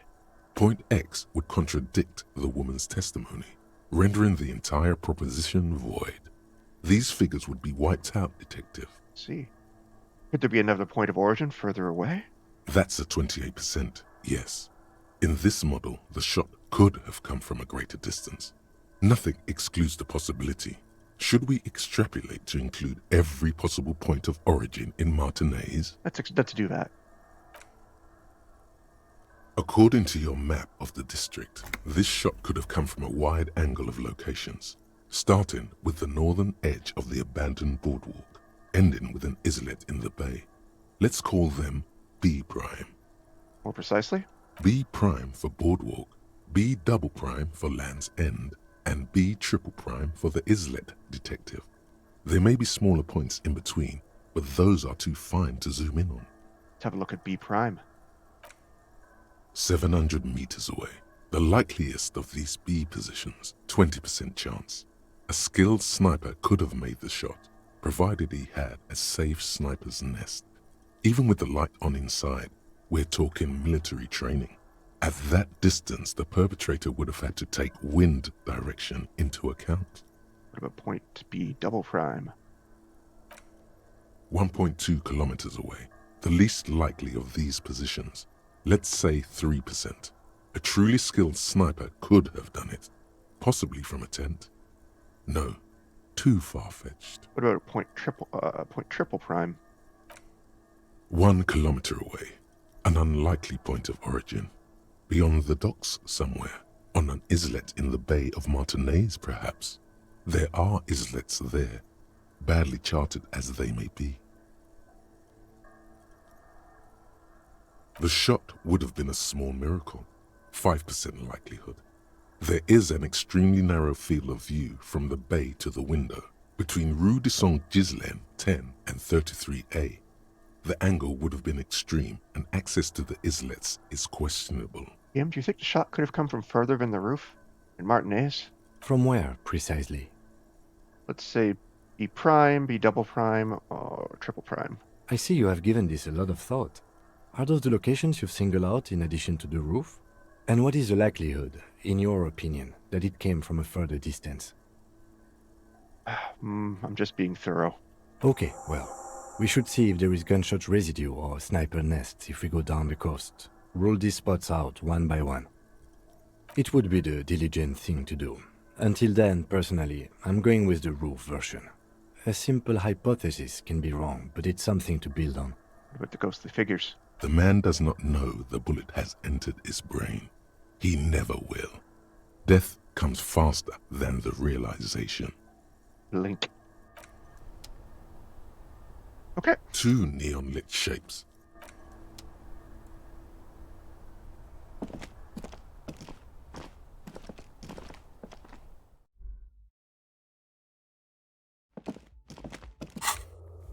Okay, so that's going to be another difficult check, I bet. So let's start eliminating options.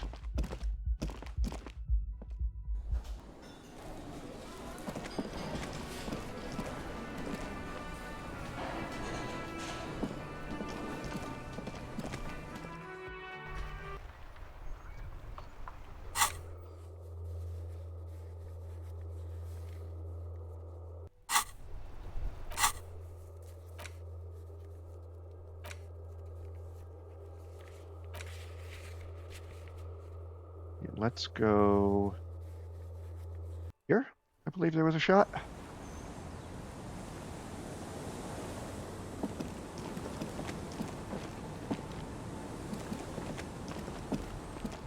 How do I get around there? Ah, here we go.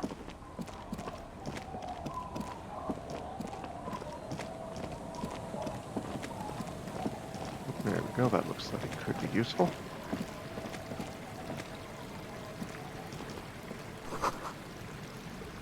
Maybe not.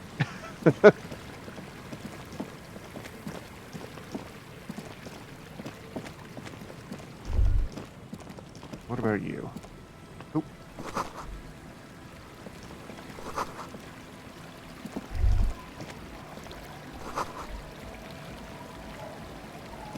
Drawbridge that could only be lowered from the other side, and there's a tent over there.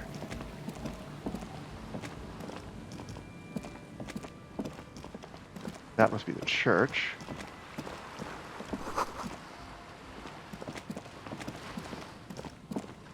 Lands end up here? Question mark? No.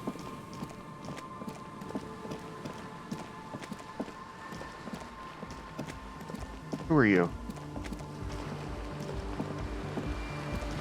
A shaggy-looking girl in her late teens or early 20s kneels on the ice with an electronic contraption in her hand.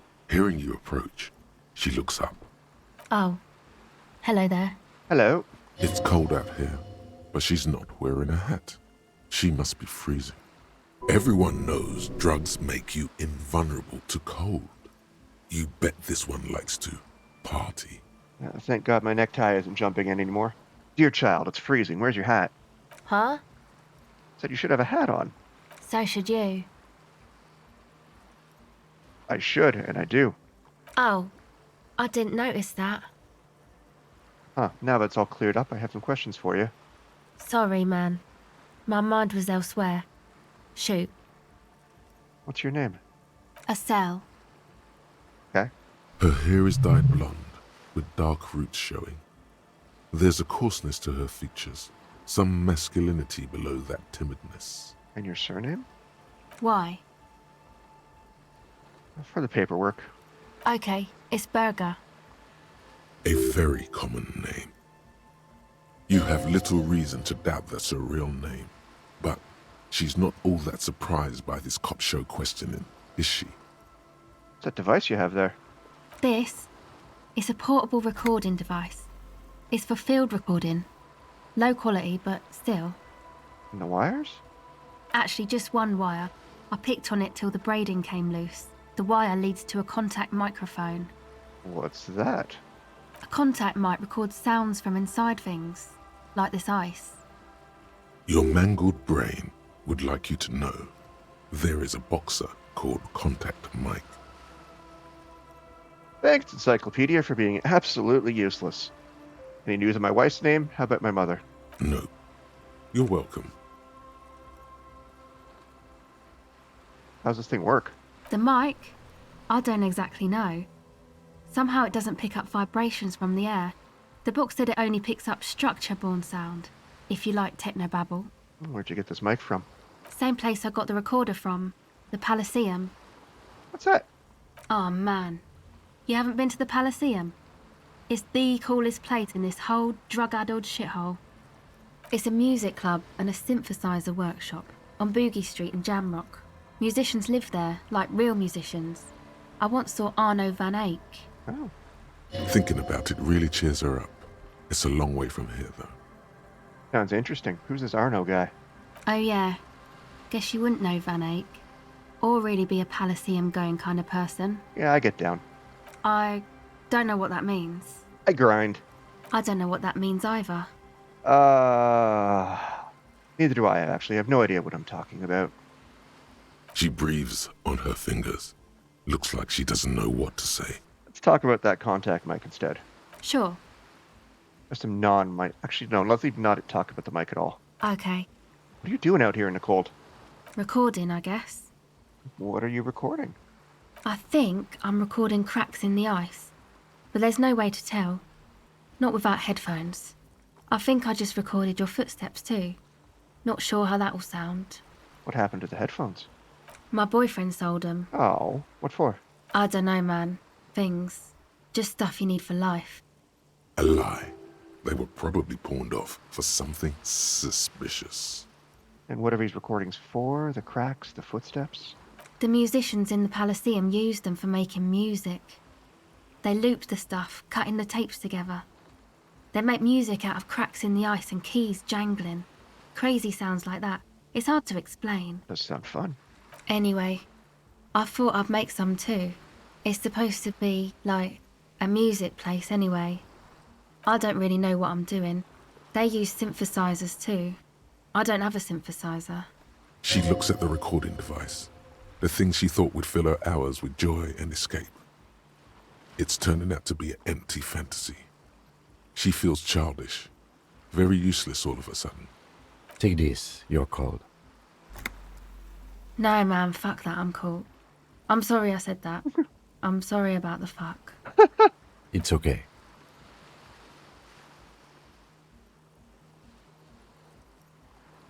I have some other questions. Go ahead. You seem surprisingly comfortable with being questioned. Why is that? Well, it's just questioning, right? You're just questioning me. It's what cops do. Fast and clean, a good one. Can't quite say it's a lie, but it feels like one. She's better at lying than she'd like everyone to know. Have you been questioned before? Once or twice, yeah. I'm sorry I haven't had the Revershaw experience they get east of the river. Well, what's the trouble you've gotten into? The usual. I had a shitty run as a teenager. What's the usual? You know, drinking, getting into fights. The ugly stuff that happens when you move out your parents' place at 13. In Forberg. Interesting term. Time to glean some knowledge. Why did you have to move out at such a tender age? My dad was a drunk. Plus, I guess, I just wanted to drink too, you know.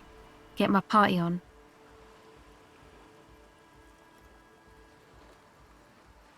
Drinking, partying, and disco music are bad for you. You should take me as a warning example. She nods very cautiously. That's it for now. Okay, bye. She was lying to me, but I don't know why.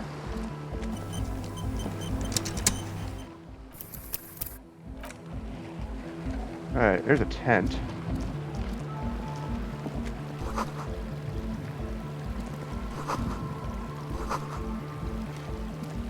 Let's lower this.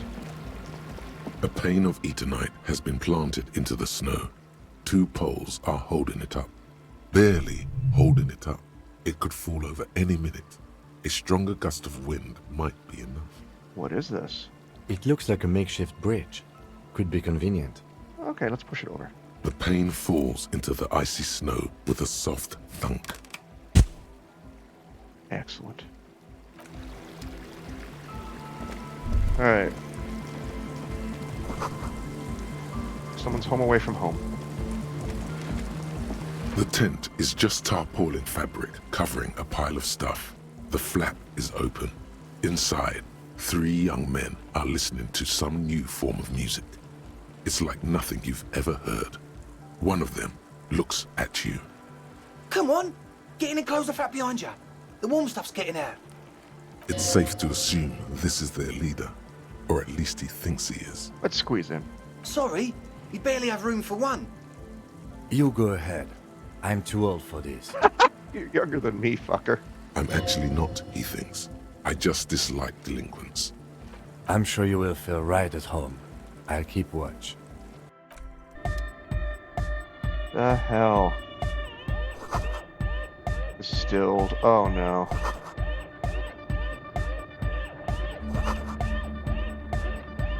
You see a youngish man bleaching the tips of his hair with a toothbrush. He puts the toothbrush down and extends his hand in greeting.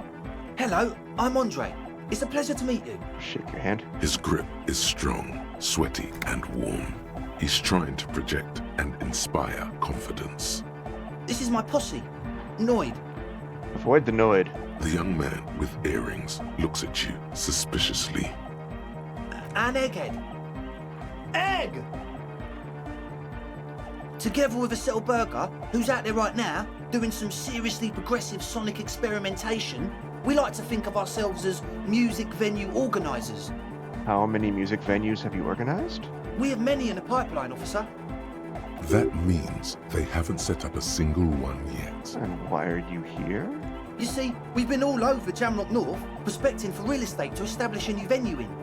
Also for talent. Yeah, thank you, Egghead. And while there is no shortage of raw, unfettered talent spinning tapes in Jamrock, we've had rotten luck with the real estate part. Place is a shithole. I apologise for my friend Noid's potty mouth.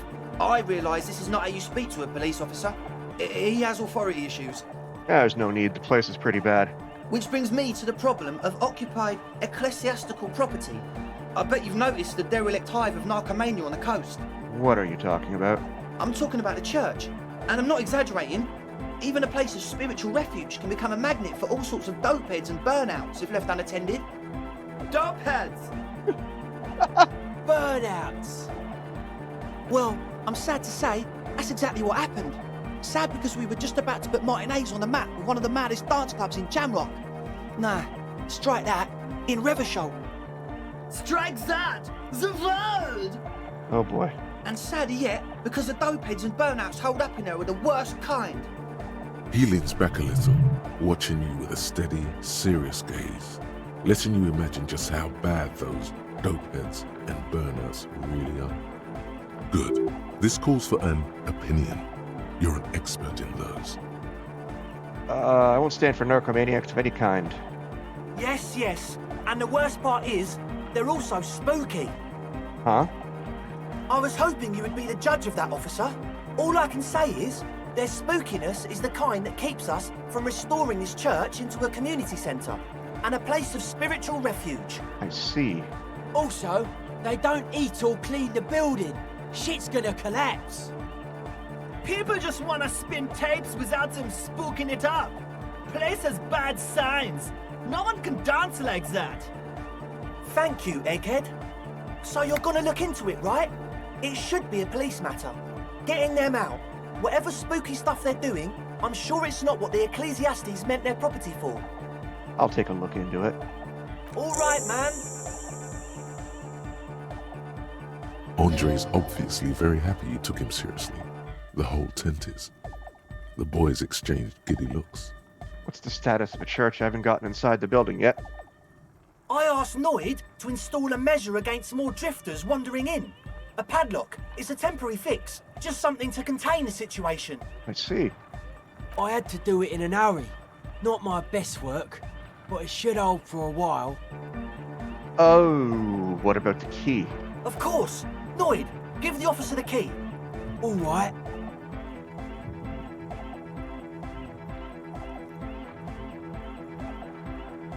I'm gonna be the cool cop. It's as if time has frozen somehow. You think you can sense the key moving in the air. Yeah, this is going to be way cool. Don't ruin the cool by overdoing it, naturally. Raise your hand in front of your face. Blam! Straight in the eye. Straight in the old eye orb. In the looking forward. A stabbing pain. Tears stream uncontrollably from your right eye. Goddamn asshole. Man, I'm super sorry. That was totally my bad.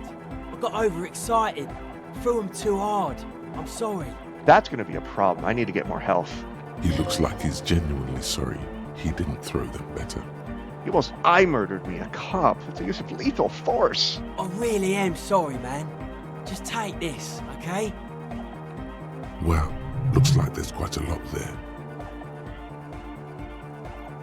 That's the least you could do. I hope that settles it. Jesus. Or wait, the key? He is shifting in his spot, uncomfortably, still feeling sorry. We were talking about the padlock, I think. Yeah, how long have those good people been locked in there? Not long. Like a week, maybe? How can you be sure they haven't starved to death? I'm super sure they're alive. I mean, come on. I'm at least 90%, maybe 85% sure they're still alive. Okay. Somewhere in the ruinous past that led you here, there was something called exams. You may have learned the term involuntary manslaughter there. Andre, do you know what involuntary manslaughter means? Yes, I do. I listen to Channel 8 all the time. I know about crime stuff, and I assure you, officer, this is not what's happening here. I'm at least 80% sure they're alive. I mean, come on. Most people aren't ever that alive in their entire lives. Okay, sounds like nonsense. You're right. It is nonsense. Total garbage. I knew you'd see through it. You're one smart cop. I get by. Now, where was I with that padlock? He nods attentively. Sure, man. Tell us what you want to know. Let's do it. Who exactly are these people inside the church? Truth is, I don't really know. None of us do. I don't even know how many there are. All we've seen are glimpses. You haven't even seen them and you want the police involved? Well, there's also the machinery. The fuck what? This machinery is of the deeply mystical variety. When I first scouted the place, back in February, it was abandoned, empty. Took some time getting the crew together. So about 2 weeks ago, we came here hoping to set the stuff up. Suddenly, there are all these strange machines lying around in there. One of them has wires running into bowls of water. Wires into water. Never seen anything like it. Andre, tell him about the feeling. About the feeling.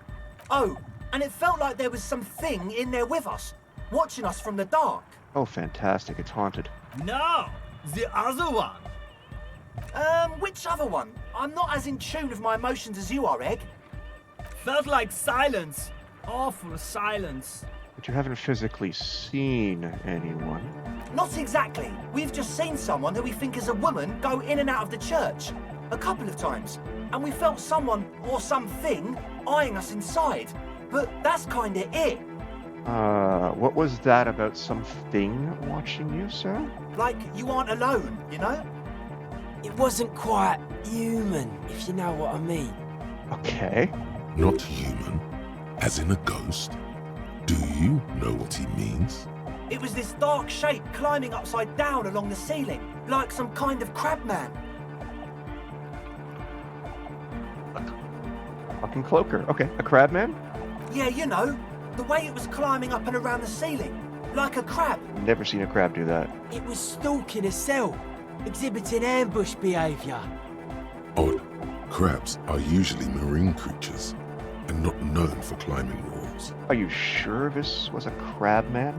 Yeah, totally. I mean, I didn't personally see it. Estelle was alone that time, but I believe her. If she comes out running and says there's a crab in there, there's a crab in there. Talked with Seligman, clearly. You should ask her about it, but be nice. Don't tell her you don't believe in the crab. There probably is no crab man. Don't let them draw you in with this nonsense. What about this machinery? You should talk to Noid about that. I just got a distinct burnout and dopehead sign from them. Probably jacked up to some snuff station too. Probably, very likely. Okay. So how can you be sure they're burnouts and dopeheads if you haven't even seen them? Well, honestly, I can't. But I am. This is a below feeble attempt at avoidance. Basically, he is attempting to weaponize idiocy.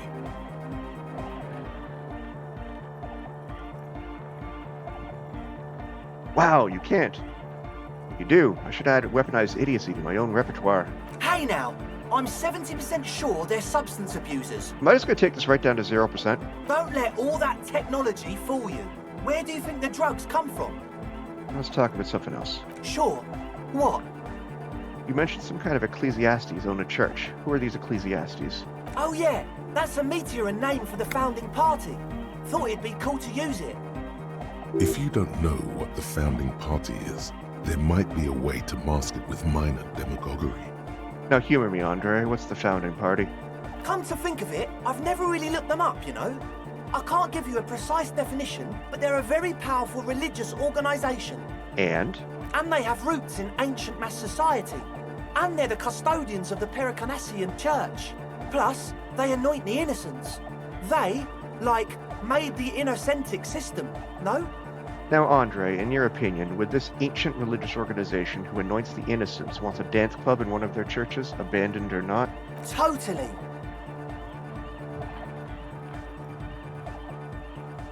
Okay. The Pericanassian Church is about love. And Nordic music is about love. I got love for my Pericanassian posse. Love is the relay out of death. We dance! Love is hardcore! Yeah! Unity! Unity! Make some noise for my Insulindian posse! You feel it. The anodes and the cathodes coursing through you. Your big toe starts tapping along to the base, as if testing the waters. This is too much. No sane organization would want this level of absurdity in their church. That's pretty downbeat. I think I speak for all of us when I say we expected the law to be more open to the idea of love, unity, and the Pericarnassian posse. Just the way it is, buddy. Yeah, I guess it is. So, you got more questions? The one with the large head is still looking at you, nodding his head, waiting for your body to start moving. His expectation is fierce. I ask you about this tent full of equipment. Yes. What? So you brought your own water? Yeah. Good to have, bitch to carry. When I first scouted the place, I did some reconnaissance. I'm not sure the church even has running water. And it's distilled. Oh. It's the one they sell at the fuel station. It's like he's lying to you, my liege. But he's slippery enough that there's nothing for you to grab hold of. What's with all the Nosafed? The what now? The Nosafed Ultra. You have a lot of it lying around. Oh, the old Ultra. He's like an actor, looking to the souffleur for his line. I have a major sinus infection, stuffy nose. We all do. Shit's all blasted up. Winter. Can't even breathe. Sounds fine to me, buddy. Yes, that's all Nosafed's doing. Without the Noser, I'd be drowning in shit right now. Nosafed is the shit. Good. On to the next thing. Yes. What? He nods enthusiastically, no doubt a little relieved.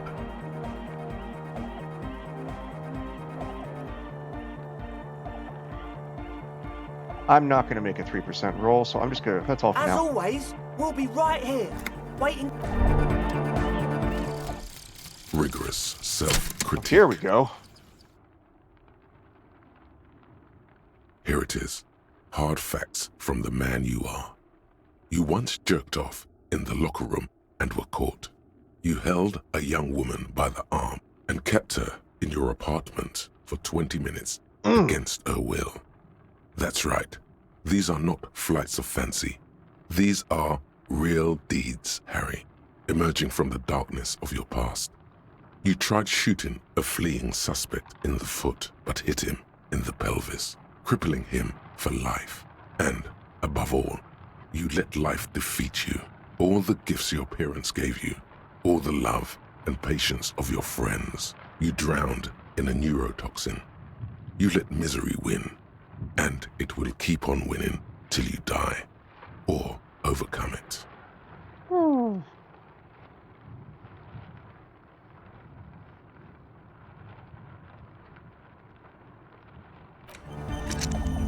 I'm keeping that because it sounds...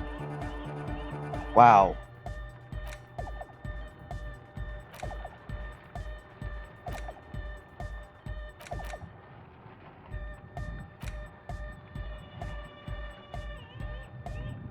I am impressed how much of a piece of garbage I am. I need health.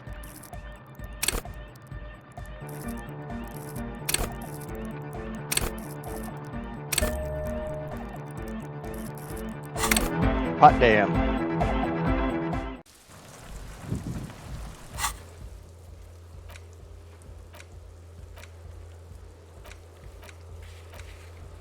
All right, let's... That was fascinating. The shaggy-haired girl kneels on the sea ice. So you talked to my associates, right? Are you going to help us? With the church, I mean. I'll help you all right. Great. Let us know if there's any progress, will ya? We've been waiting for weeks here. The others told me you went inside the church. What did you see in there? Oh, that. You're not going to believe me. There's no point in me telling you. She's less prone to blurt it out, crab man, than the others. We'll see. Go on and tell me. Okay. I went in and I saw a woman next to one of those machines there. Noid calls it a mainframe. She was dressed like someone who's been raised by their grandmother, you know, strange old clothes. Had this absent expression, didn't say anything, just stood still. Go on. And then, you know, right behind her, a man crawled down the wall, upside down like a crab, down the church wall. I think the woman didn't even know he was there. He was completely silent. He stopped right before he got to the floor, then just hung there like that, looking at me. Right at me. I fucking turned around and walked out. Don't blame you. End of story. Like a crab, you say? What does a crab man look like? It was too dark. I couldn't tell exactly. Come on. She obviously could. She already went into detail. Stalling on me. What did he look like? He looked like a banger, okay? He was all muscular and stuff. Had a mesh tank top. I know it sounds ridiculous, but that only made it scarier in a way. A crab and a banger? Yes, a banger. As in a mess gang member. I know what it sounds like, but that's what I saw. I do believe you. Why? What would you stand to gain? Nothing. Anyway, what else? That's it for now. I've got work to do.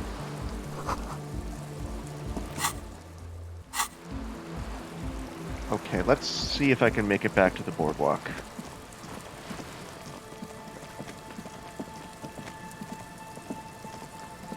This seems like a church. Boardwalk is to the west, right? Yeah. Yeah, there it is.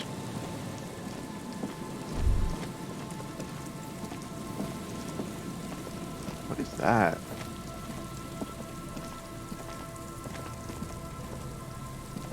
A metal payphone under a yellow plastic dome. You could use it to call someone, unless you're out of change. You hear the tone. The machine is inoperable. That's the opposite of what it says. It's opera. Okay. Wait, that's a random. What is that? You pick up the handset. There's a tone. The machine is operable. What is that random number? Calling. Still calling. This feels wrong. Should you be doing this? End of tone. Someone picks up. Pierre? Is that you, Pierre? No, this is not Pierre. Do you have any news about Pierre? Who's Pierre? He's my sister's grandson. He used to visit me as a lad. Fine young man. But who are you, then? A salesman of some sort? Modern goods are rubbish, and I can't afford them anyhow. It's a shame what you did to our country. I'm not a salesman. I was just calling a random number and you somehow ran with it. This is because we are bred to be leaders. I can hear the common or mixed background from your voice. Oh, you sound like a piece of shit, lady. I just so wanted it to be Pierre. Have a pleasant evening, prankster. Disconnect tone. That was the thing that happened. Alright, so... we're looking for a sniper's nest. It would be out here somewhere.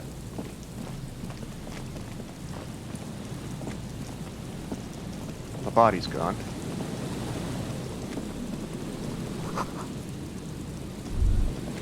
Ooh, hey.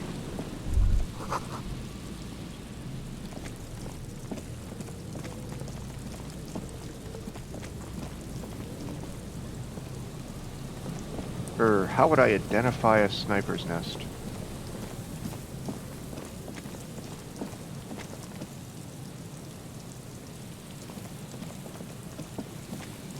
I really don't know what I'm looking for.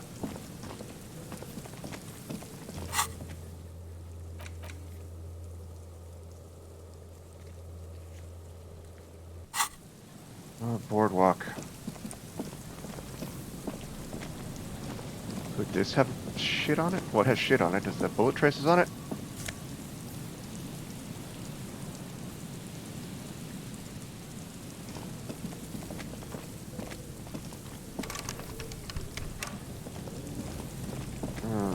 lighting up.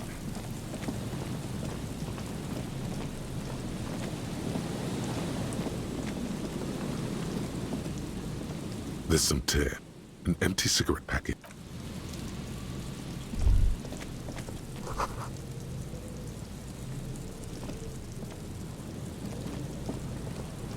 You keep warning me about something happening here.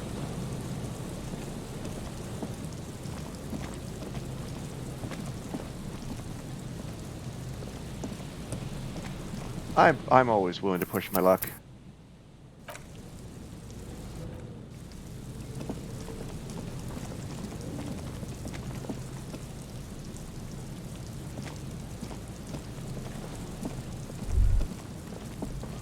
Ooh.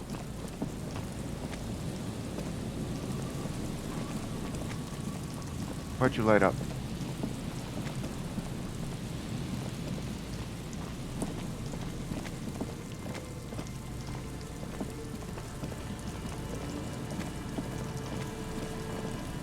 That's the boardwalk. Nothing. I think that's it.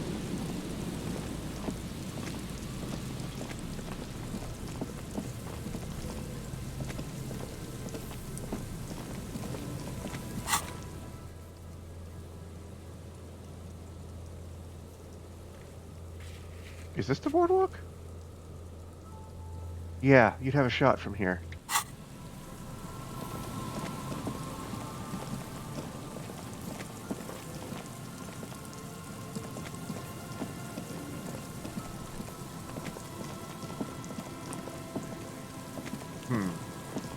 Okay.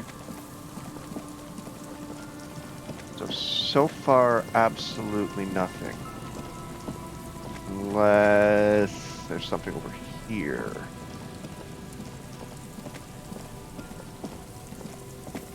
I can get up there. Oop.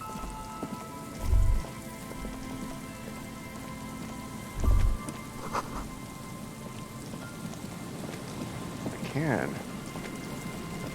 Move this way, maybe? Oh, more stuff. All right.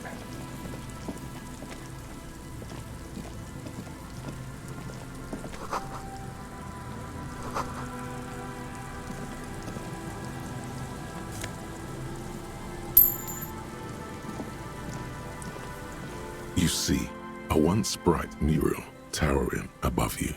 The signage has peeled off over the years, but you can still make out Feld Electrical R&D. A slogan used to intertwine with the loops a long time ago. Now, only a shadow of peeled letters remains. It says, "Tomorrow is just a whisper away." Tomorrow's just a whisper away. Looks like tomorrow never came. Looks boardwalky.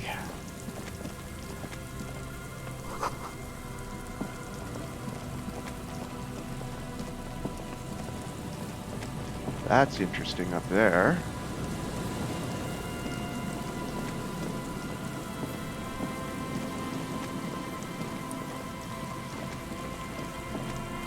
Can I get on the roof of this building?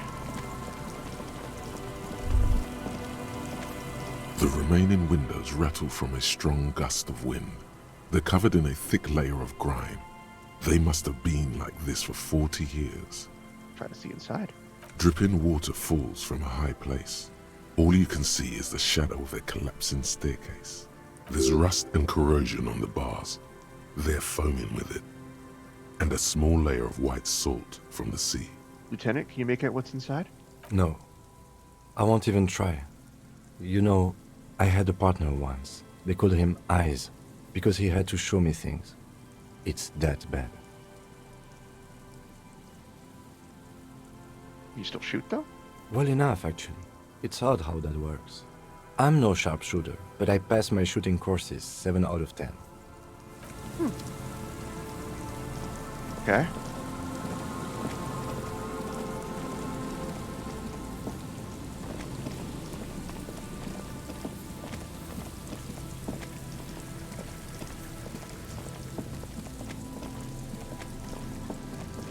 Go around this way. Oh, gentlemen. Tiny cages. Smelly condition fluid. Arcades. Not gonna get a fire there. That patch of reeds over there, it's a great place to hide something. Kind of out of the way, being so close to the water. What's this about? Nothing. Just a hunch. The hunch passes, leaving you there.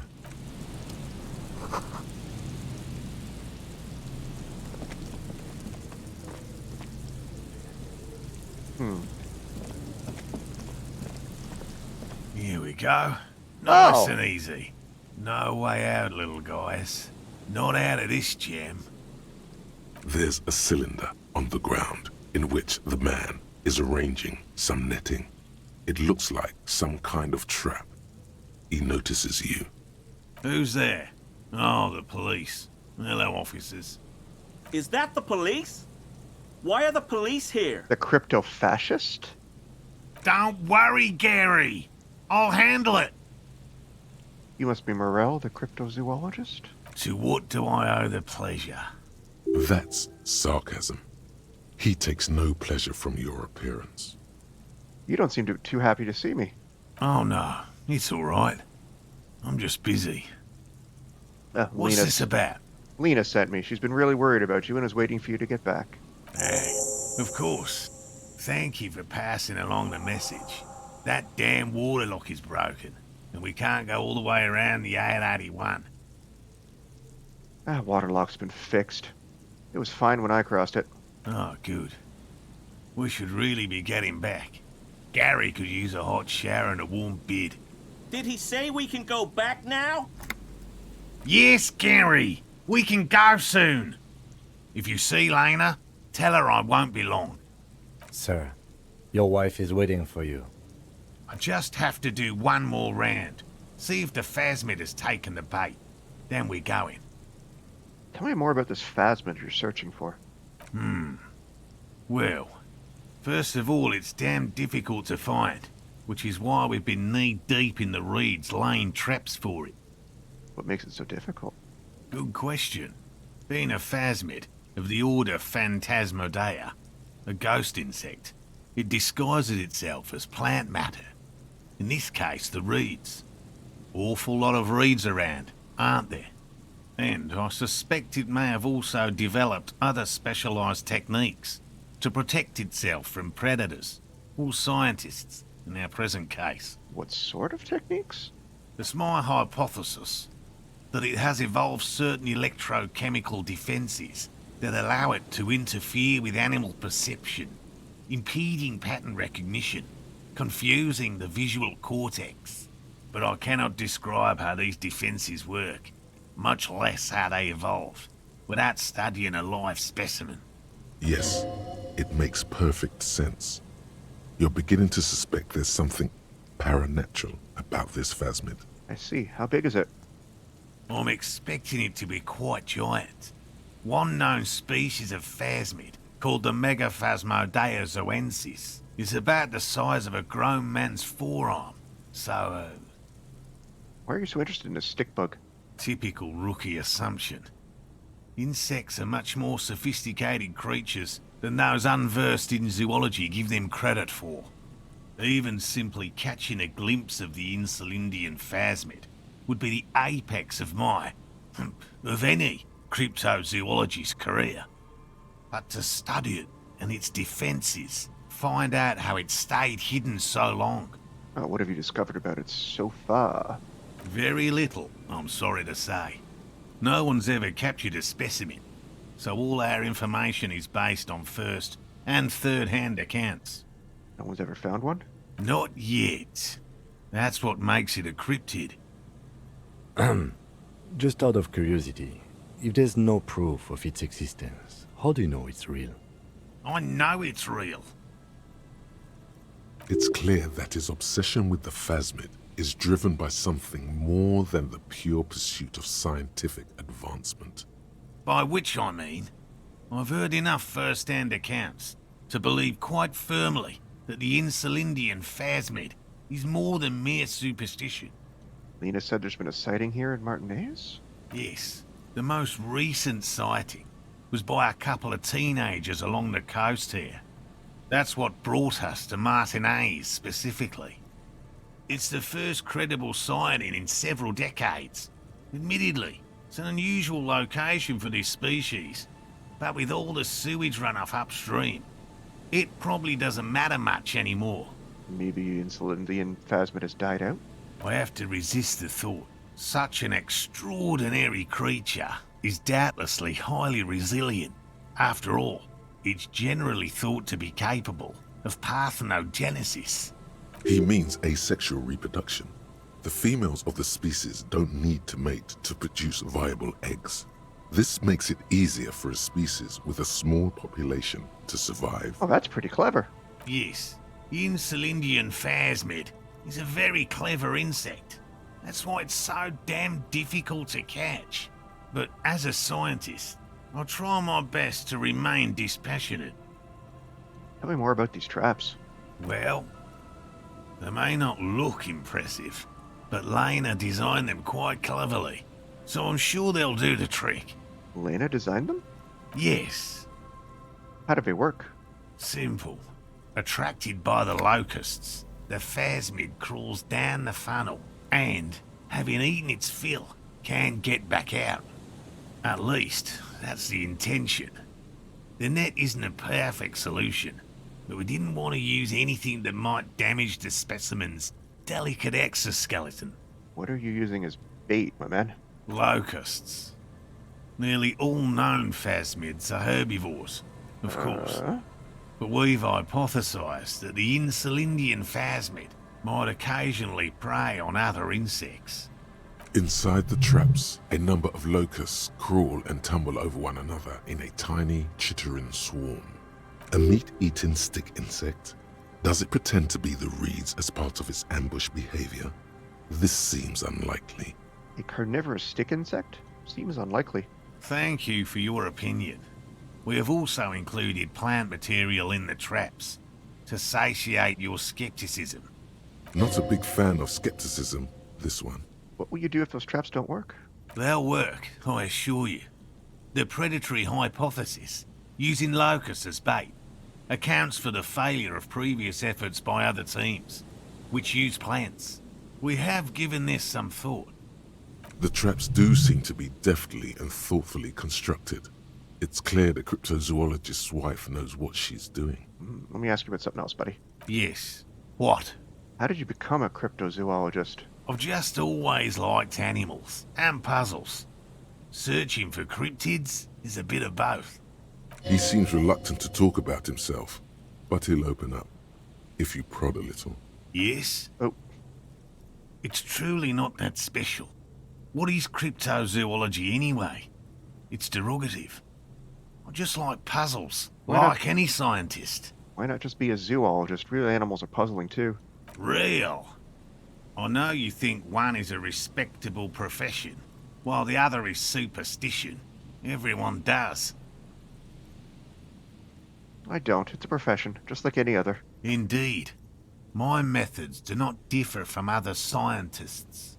I simply draw upon a wider variety of evidence.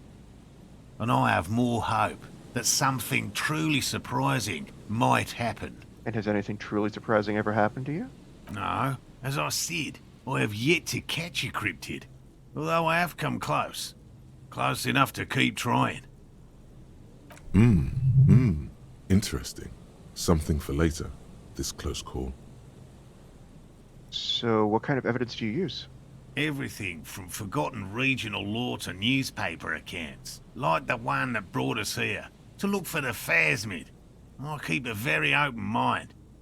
He's interested in things that people believe that scientists don't. You think that other scientists don't listen to ordinary people enough?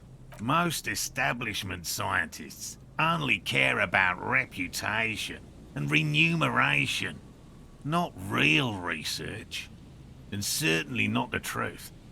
They're a cowardly lot, and both the field and basement archives can be dangerous places. So you've never discovered a cryptid? No. Very few cryptids are ever discovered, and not for a lack of trying. To stay hidden is a cryptid's primary quality. It's even in the name, cryptid. How many cryptids have been found? Of the list of cryptids kept by the Cryptozoological Society of Chemnee, which is 4,082 items long, about 2,000 have been confirmed as hoaxes. 2 are categorised as confirmed discoveries. The rest are in differing stages of discovery, refutation, and data collection. Only 2 have been proven to be real? Yes, the Chateau Quan forest pygmy, who turned out to be an extinct species of primate, and a cave salamander from Yugograd, who is, honestly, quite unremarkable. It's in a zoo somewhere. We cryptozoologists are brutally honest with ourselves, more so even than the public. With cryptids, most cryptids are hoaxes or they are never found. That does not mean we should stop searching. Small number of discoveries. Do you know what the success rate in pharmacological research is? 0.00003% of bioreactive agents have reproducibly beneficial effects. Yet science persists in the search for medicine, as we persist in our search for new species. He has clearly done his math on this. There is no surprising him or swaying his opinion. So you're living your childhood dream out here? It's not child's play, just because I have to traipse through the mud every so often. Thanks for explaining that. Now, something else. Yes? Talk about specific cryptids. All right. What cryptids precisely? I usually discuss these things with specialists, so I don't know what. We would have to discuss. He wants to say, but decides against it. Which cryptid would you almost catch? You said before you almost caught one? A willow person. It's a long story. One non-specialists would find rather dull. Willow people? Not at all. What are willow people? They're not people, really. Some argue they aren't really animals, as they seem to have evolved directly from trees. They're very, very thin, almost flat in fact, and can camouflage themselves easily, wrapping themselves around trees and blending in with the tree bark. In that way, they're not too dissimilar from the phasmid we're looking for here. So I may have seen these willow people without knowing it? You probably have. How'd you almost catch one? Gary and I painted an entire grove's worth of trees in slow-drying paints. It was a bright lavender colour. I was hoping one of the willow people would get paint on it and not be able to camouflage itself. After waiting in hiding for hours, I saw a figure slip from one of the trees, a lavender shadow, dashing through the grove. And then? I chased it with a net. Not very elegant. You can't be elegant in the field.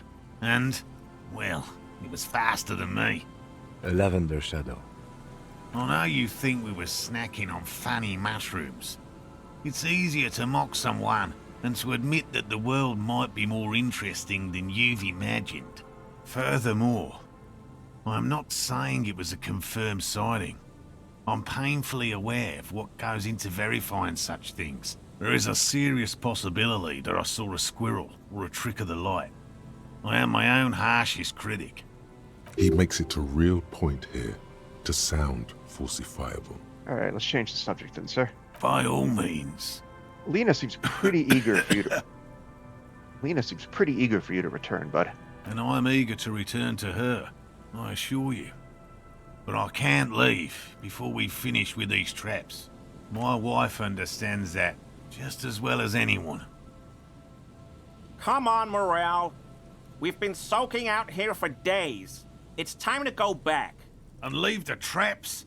Absolutely not. I won't let Lena down. Come on, she wants us back. I'm soaked up to my nuts over here. We'll both catch reed crabs if we don't dry out soon. Won't let Lena down? Sounds like the cryptozoologist's wife shares a special connection to the phasmid somehow. I didn't know the phasmid was so important to Lena. Of course it's important to her. She's seen it. A verified sighting, on record. One of only 4 this century, and it's hers. She sighted the phasmid? Yes. That's how we first came to know one another, in fact. But that's her story to tell, not mine. Needless to say, you must ask her about the mysterious phasmid. Suffice to say, it's long been our dream to find proof of the Insulindian phasmid together. I can't abandon course now. Maybe you could go back to the whirling, warm up, come back to check on the traps later? No. The traps need to be monitored on a regular schedule. What would we do if the phasmid were to starve while we were sipping tea at the hostel? He's dead set on this. I could go for some trap setting. What if we check the traps for you? I didn't expect you to take such an interest in our work here, officer. Chaos is my method. I am its scion. Oh, I'm not choosing that, but I'm stealing that quote or something. Cryptozoology and detective work are very similar. Yes, indeed. Both require a great deal of research, attention to detail, and, above all, persistence. Where are these traps? There are 4 in total. One is to the south, on this little peninsula, by the boathouses there. It's very near. Another we set in Land's End, to the northeast. It's behind a small sand dune there, on your way to the old radio tower, after the church. The third is set near the canal, where you crossed, by a concrete slab. A big thicket of reeds going up the slope, and among them, you should check at least one of those before returning to this one, since I just said it. This one's more of a technicality, but still, better safe and stupid than sorry. That seems like a lot. Do we really have time for this extracurricular venture? The pursuit of knowledge is its own justification. Is it?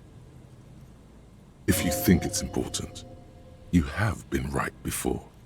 What do I do if there is a phasmid in one of these traps? Bring it to me at once. Just make sure the trap is closed tight. He's not comfortable with the possibility that you'll claim the find, but he's lying about this even to himself. What if I encounter the phasmid in the wild? That's highly unlikely, officer. But in the event you do, I'll spray you with a pheromone mixture I developed. It's made of musk and research chemicals. The pheromone should attract the insect to you, or at least prevent it from bolting at the sight of you. It's quite potent. Will last you about a week. I don't want this, thank you very much. Your choice. As I said, the chances of you encountering the phasmid are next to 0. But you feel you should have it on you. Something bad might happen. Don't mess around. Take the pheromone. It'll make you sexier. Let's get to it. Right. Which means you two can pack up and go back to the whirling. Whatever he thinks about this detour, it's clear that these men are exhausted and in need of assistance. Finally, someone's talking sense. Thank you for your help. Gary and I will start breaking down camp. If you have any more questions, now's the time to ask. We'll be gone once you get to it. I'll get going. But I'd like to talk to Gary. Hello, I'm Gary. Very generous of you to help us out, officer. What? Sure, I'd love to send a report. Bug? Alright. Yellow man. I mean, officer. Oh, you suck. The lieutenant raises his eyebrows slightly and takes out his notebook. Yellow man. Interesting. This is something to ask him about, after a little probing first. I'm just waiting for my friend Morel to finish up with his insect traps so we can return to civilization. Not a lover of the great outdoors, are you? I like nature, just not this bloody coast. It's mostly drunks and degenerates that come here. Degenerates? This man respects authority too much. To see the truth inscribed upon thine own visage. Pretend thou art a paragon of virtue. Neither one of those things, I can assure you. I've been tempted on occasion, but someone has to stay strong for Revacol. It's not even... He pronounces Revacol with a hard K, unlike other people. What? Serious question time. This man is no innocent. No one is. You said Revacol. I like to pronounce it the hard way. The old way. The Vespertine way. He winks at you, trying to relay some hidden message, inviting you to mispronounce it too, perhaps. It's odd. It's a secret rite. A very fringe nationalist handshake, probably. Are you a cryptozoologist too? No. I help Morel with research sometimes, and I've learned some things along the way. But I don't usually go in for picnics like this on my own. You know anything about the man hanged behind the whirling in rags? Oh, so that's what the RCM in Martinez is about. Great to hear someone's finally taking care of that. So you do know something about it? No. Nothing. He was some kind of mercenary. But everyone here knows that. I'm just glad to hear you're looking into it. That's all. He didn't kill him or anything, but there's something going on here. Is this your mug? My mug? Why would you think that? You said yellow man, and that's not something many people go around saying. Really? I hear it all the time. All in jest, of course. No offense meant to anyone. Still seems suspicious. Did I mention the mug was found at the scene of the lynching? Okay, I admit it. I threw the mug away in the trash container behind the hostel. I know I shouldn't have, and I am very sorry, officer. Wait a second. You're not going to find me, are you? No, Gary, I just want information. Whew. Thank you. You won't regret this. I won't use another man's property to dump my garbage ever again. I don't know what got into me, really. Work has been stressful lately. Damn Koiko's price dumping us out of competition. What did you do, Gary? Nothing. Just answering some questions. Helping out the law. How did you get into the trash container? I know a guy who works with the trash collection services. CS Municipal. He gave me a master key for the trash containers of Martinez. Why would you need to get into everyone's trash? So I can use the Whirling's trash compactor to store my own stuff. Garbage disposal is expensive as hell. The damn Hemians run it like a mob. I'm sorry, okay? I thought I could cut costs. I shouldn't have. I shouldn't have disgraced myself. Disgraced? No need for the histrionic, sir. It was, after all, just a trash container. He studies his reaction. Gary doesn't answer. Gary, did you put the clothes of a murder victim behind a whirling of rags into that trash container? Officer, please. Let me explain. It's not like that. Oh, go ahead. I was only cleaning up. I live right across the yard from where he was hanged, and I saw him stripped naked. All the clothes lying around in the yard, smelling. People are animals, you know? All right, and then what happened? Then I came out to clean up the rags, because no one else would. I put them into the Whirling's trash, along with a broken mug, admittedly. Okay, I was coming to throw the mug away, and, well, I threw the mug there and the clothes too. Right, it was just civic duty. Exactly. That's exactly what it was. Civic duty. As he shifts uncomfortably, a series of clicks, like the clinking of glass beads against one another as they roll across a hardwood floor. You've heard this sound before. But where? What's that strange sound? What sound? The clinking I just heard when you moved. Really? There's lots of weird stuff out here in the reeds, though. Insects, trash. Could be the wind shifting some garbage nearby. You wouldn't know anything about the victim's missing armor, would you? Armor? No. I mean, yes. Of course. I know he was wearing armor, but I don't know anything about it. An infant could see he's not telling the truth, but he's too scared to admit more wrongdoing. Let's move on for now. I hope I could help your investigation, in my small way. You were surprised to see my colleague. Not many Sealites here, or anywhere, other than Sale. I meant no offense, truly. The lieutenant is a native of Rivishal. Oh, yes. Of course he is. I was just speaking about his connections.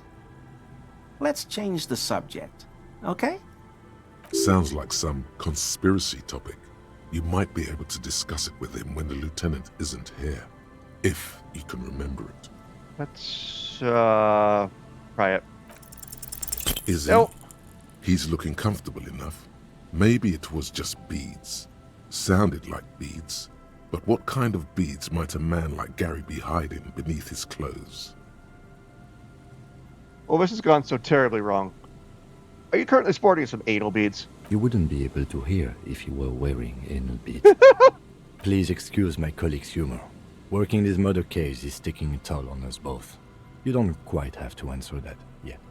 What he means is, working on the case is taking a toll on you, and working with you is taking a toll on him. Of course, of course. Thank you for your cooperation. Okay. I get up there? No.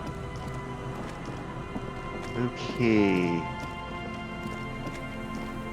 Well, that was productive.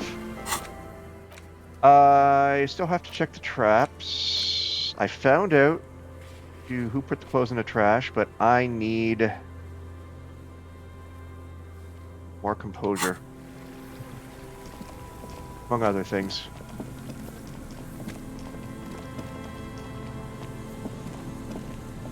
You see, a slogan.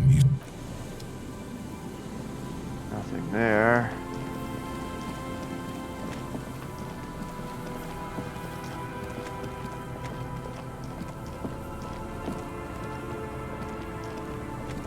I'm walking towards that entrance. How do I get in? What am I missing?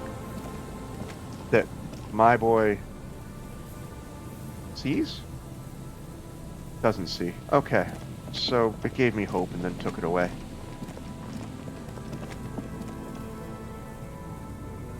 Alright. One more peek around to see if I can identify, because I think we're hitting a point where this seems like a significant narrative break of some sort.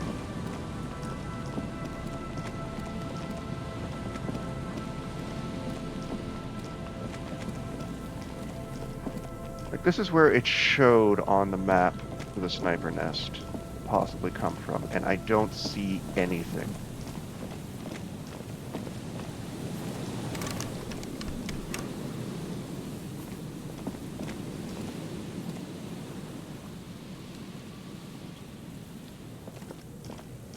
Yeah, let's go out there.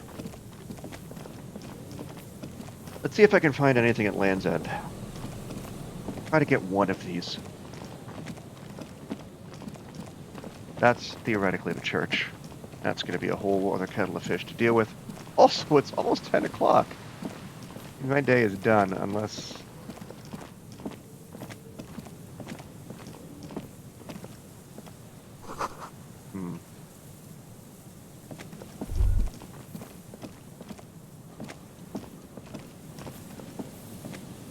What?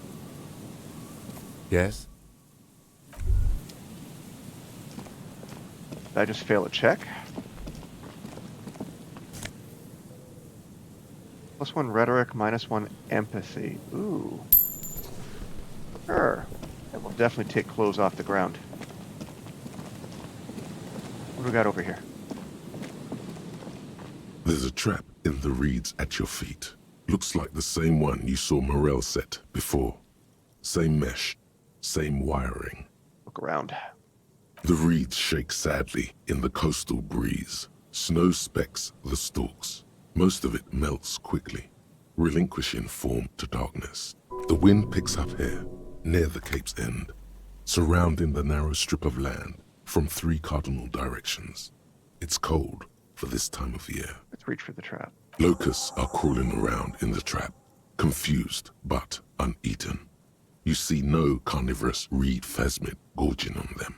Big surprise. Anyway, 1 down, 3 to go. No need to grin. I'm not expecting to find anything. Helping some citizens and getting some fresh air. I meant no offense. Just... Yeah.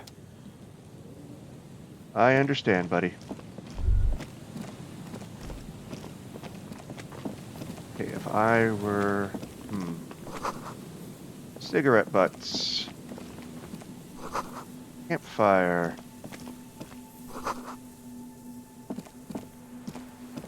Radio relay tower. +1 shivers.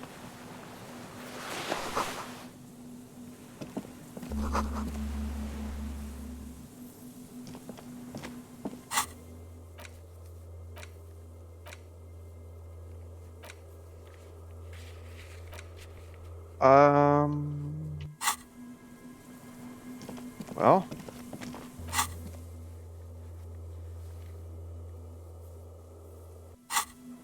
Let's see where else we got. I don't see anything that can... I can level up. Oh, hey.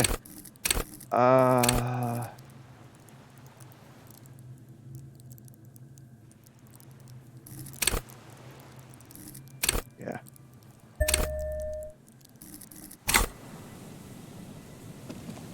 I'm looking for bullet traces, haven't found shit.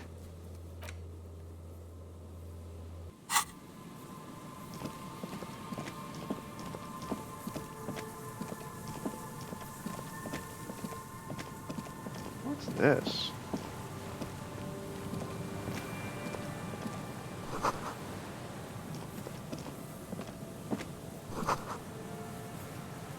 Door. An old door, worn by elements, guards the depot. The wind has blown a sand dune in front of it. The door hasn't been opened in a long while. You see a handle. An impossible check that can't be retried. What's this thing anyway? It's military. A service depot of some sort. Used to service what? The washerwoman mentioned a depot up the coast. She said it was for moving ammo and cargo across the bay. This might be it. Could the structure have been used to take the shot? From here to the whirling? I can't see how. The church is in the way. Walk away.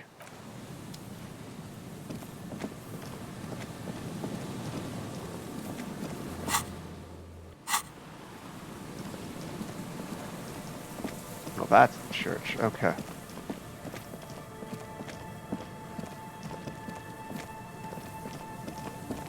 Well, if there was a shot, it would have to come up from up here.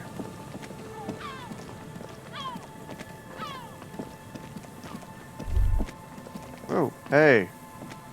Is there something here that would indicate a sniper used this place as a nest for taking the shot? Just some urban detritus, a bottle, and a dilapidated old comms tower. I don't see it, Lieutenant W. Freitor. I don't see a person take a shot here and hit something there. In the whirling in rags. Go over the water to the whirling in rags. There, 1.2 kilometers over the cold water of the bay, through a thick snowstorm melting flake by flake in the waves, you see the smallest rectangle, barely visible. It's glowing in the dark night. The lights are on. Glazia must be in there. Looks like she kept her promise not to go out at night anymore. Maybe a assailant climbed the comms tower? It's not possible to climb that ladder.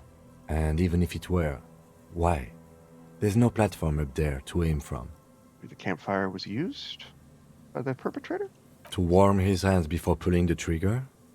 Perhaps. But anyone could have made this. The coast is specked with fires this time of year. Truthfully, this seems like a very poor choice to take a 1.2 kilometer rifle shot from. Visibility is awful. There's water vapor everywhere. I think we can rule out... Biddable Prime, was it? Finished thought. All right.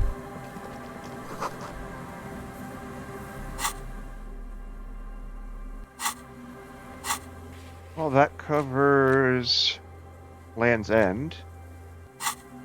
I think this is where we're going to call it. We're gonna have to head back to bed in the near future, so we can sleep. See what kind of, and the first thing we see on stream tomorrow probably is going to be whatever nightmare he has overnight. I'm sure nothing will happen in the meantime. Well, thank you very much for watching. If you've been watching, I always appreciate it. If you see this on YouTube later, you can always like, comment, and subscribe. Follow me on Twitch. Otherwise, have a fantastic day.